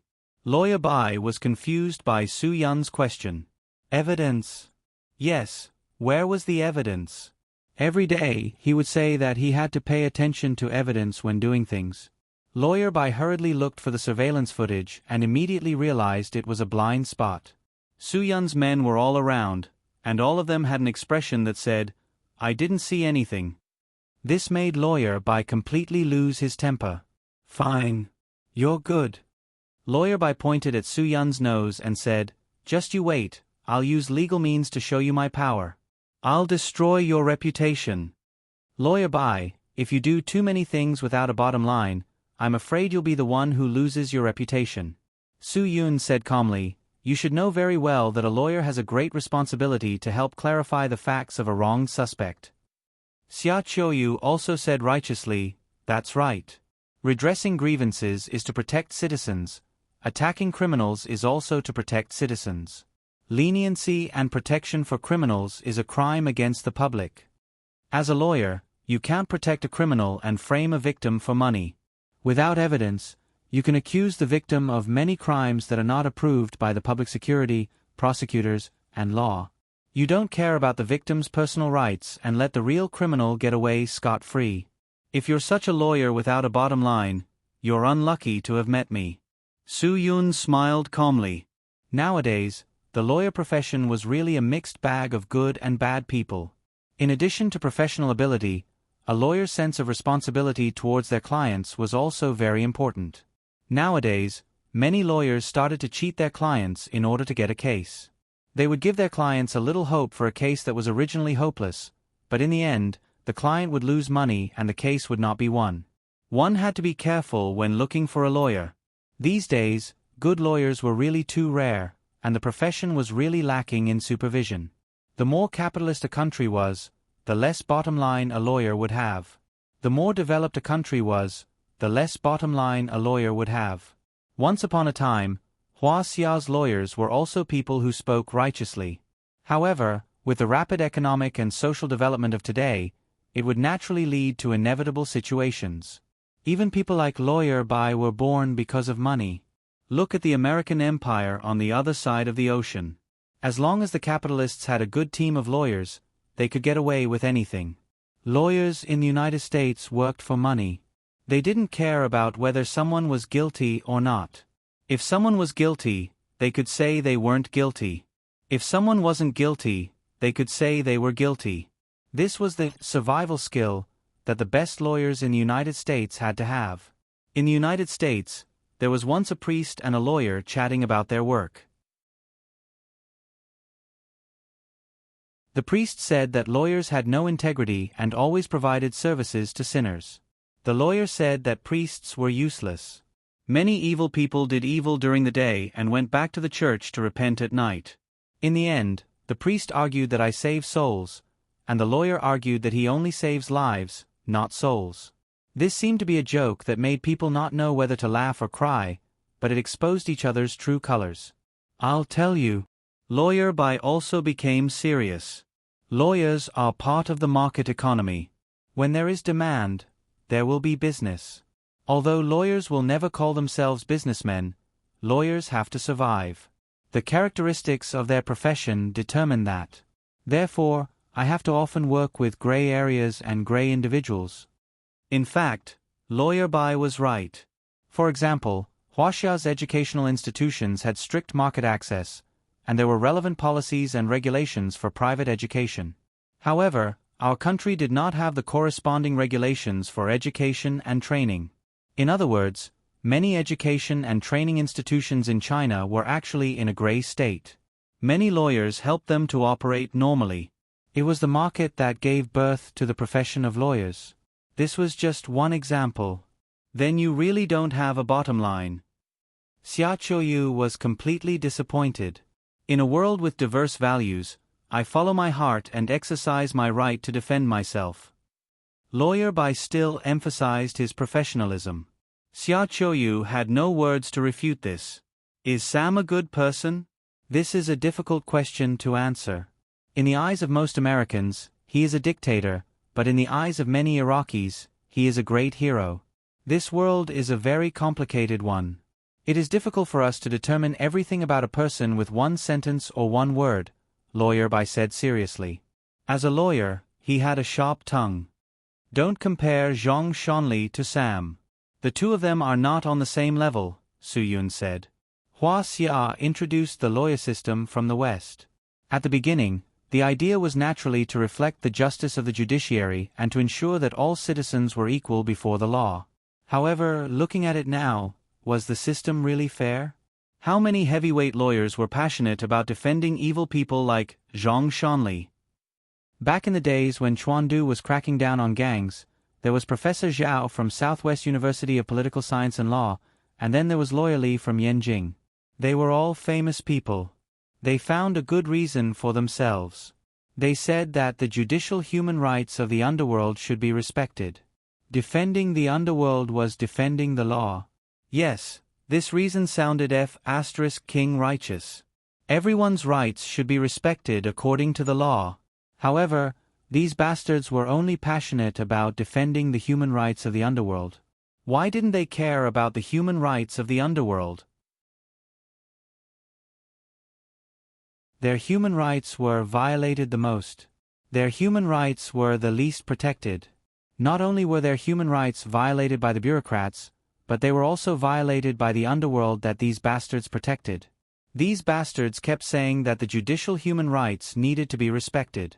In the end, why were they defending those evil people? Wasn't it for money? For money, it was for money. And they even said that it was for the sake of respecting the judicial human rights. In Su Yun's opinion, these bastards were really shameless. They were professors and lawyers. They weren't even considered people. When they said these words, their faces didn't even turn red. He really didn't know how much shit these people ate to grow up. Lawyer Bai Ying was clearly this kind of scum. When the rights of ordinary people were violated by these thugs, these people would use a cold gaze as a bystander. When the thugs were judged by the people, these scum would immediately jump out and think of all kinds of ways to exploit the loopholes of the law. They would think of all kinds of despicable methods to let these thugs, who were stained with the blood of the people, escape the net of the law. Why was it like this? The reason was simple. Because they would also get a share of the blood and sweat that the thugs had extracted from the people. Lawyers like Lawyer Bai were actually the same as the evil forces that existed in every city. They all thought of all kinds of ways to extract the blood and sweat of ordinary people. The high agent fees they received from the evil forces all came from the blood and sweat of ordinary people. This group of people was really a pack of wolves in sheep's clothing. Have you heard of a story? Su Yun suddenly changed the topic. It's about a wolf that broke into a sheep pen. Many sheep were eaten by the wolf. When the master aimed his hunting rifle at the vicious wolf, a sheep said that the wolf's life should be pitied. It wasn't the wolf that wanted to come in to eat, but the sheep that opened the door to lure him in and willingly let the wolf eat them. Lawyer Bai was stunned. If the master took a closer look, he would realize that it was just a wolf in sheep's clothing. It drank the sheep's blood and ate the sheep's meat. Therefore, the master aimed his hunting rifle at the wolf in sheep's clothing first. Su Yun smiled. I finished my story. Was the legal system really fair? A powerful wolf with the help of wolves in sheep's clothing. Did the sheep have a way to survive? The wolf in sheep's clothing only protected the interests of the other wolves. Was the system really fair? It was worth thinking about. Feudal society relied on the hierarchy of birth to protect the interests of powerful groups. Western democracy and freedom relied on inherited wealth to protect the interests of powerful groups. When would all the corrupt lawyers die out? Only then would the legal system be fair in Huaxia. Who in their right mind would fight lawsuits all day long? Everyone understood this logic. Foreigners should stop praising the Western system all day long, saying that they have democratic freedom and a better legal system. In fact, this liberal democracy is the democratic freedom of the powerful group. Its legal system is to protect the interests of the powerful group. It is really not as good as people think. Bai Ying glared at Su Yun. At that moment, he was also thinking about a question. What gave Su Yun the confidence to say all this to him? If you're not the gun aiming at the wolf in sheep's clothing, then shut your mouth. What if I am? Su Yun's words left Lawyer Bai speechless. You're tuning in to the Narrate and Escape YouTube channel. Don't forget to subscribe and join us on this journey to catch the most captivating stories.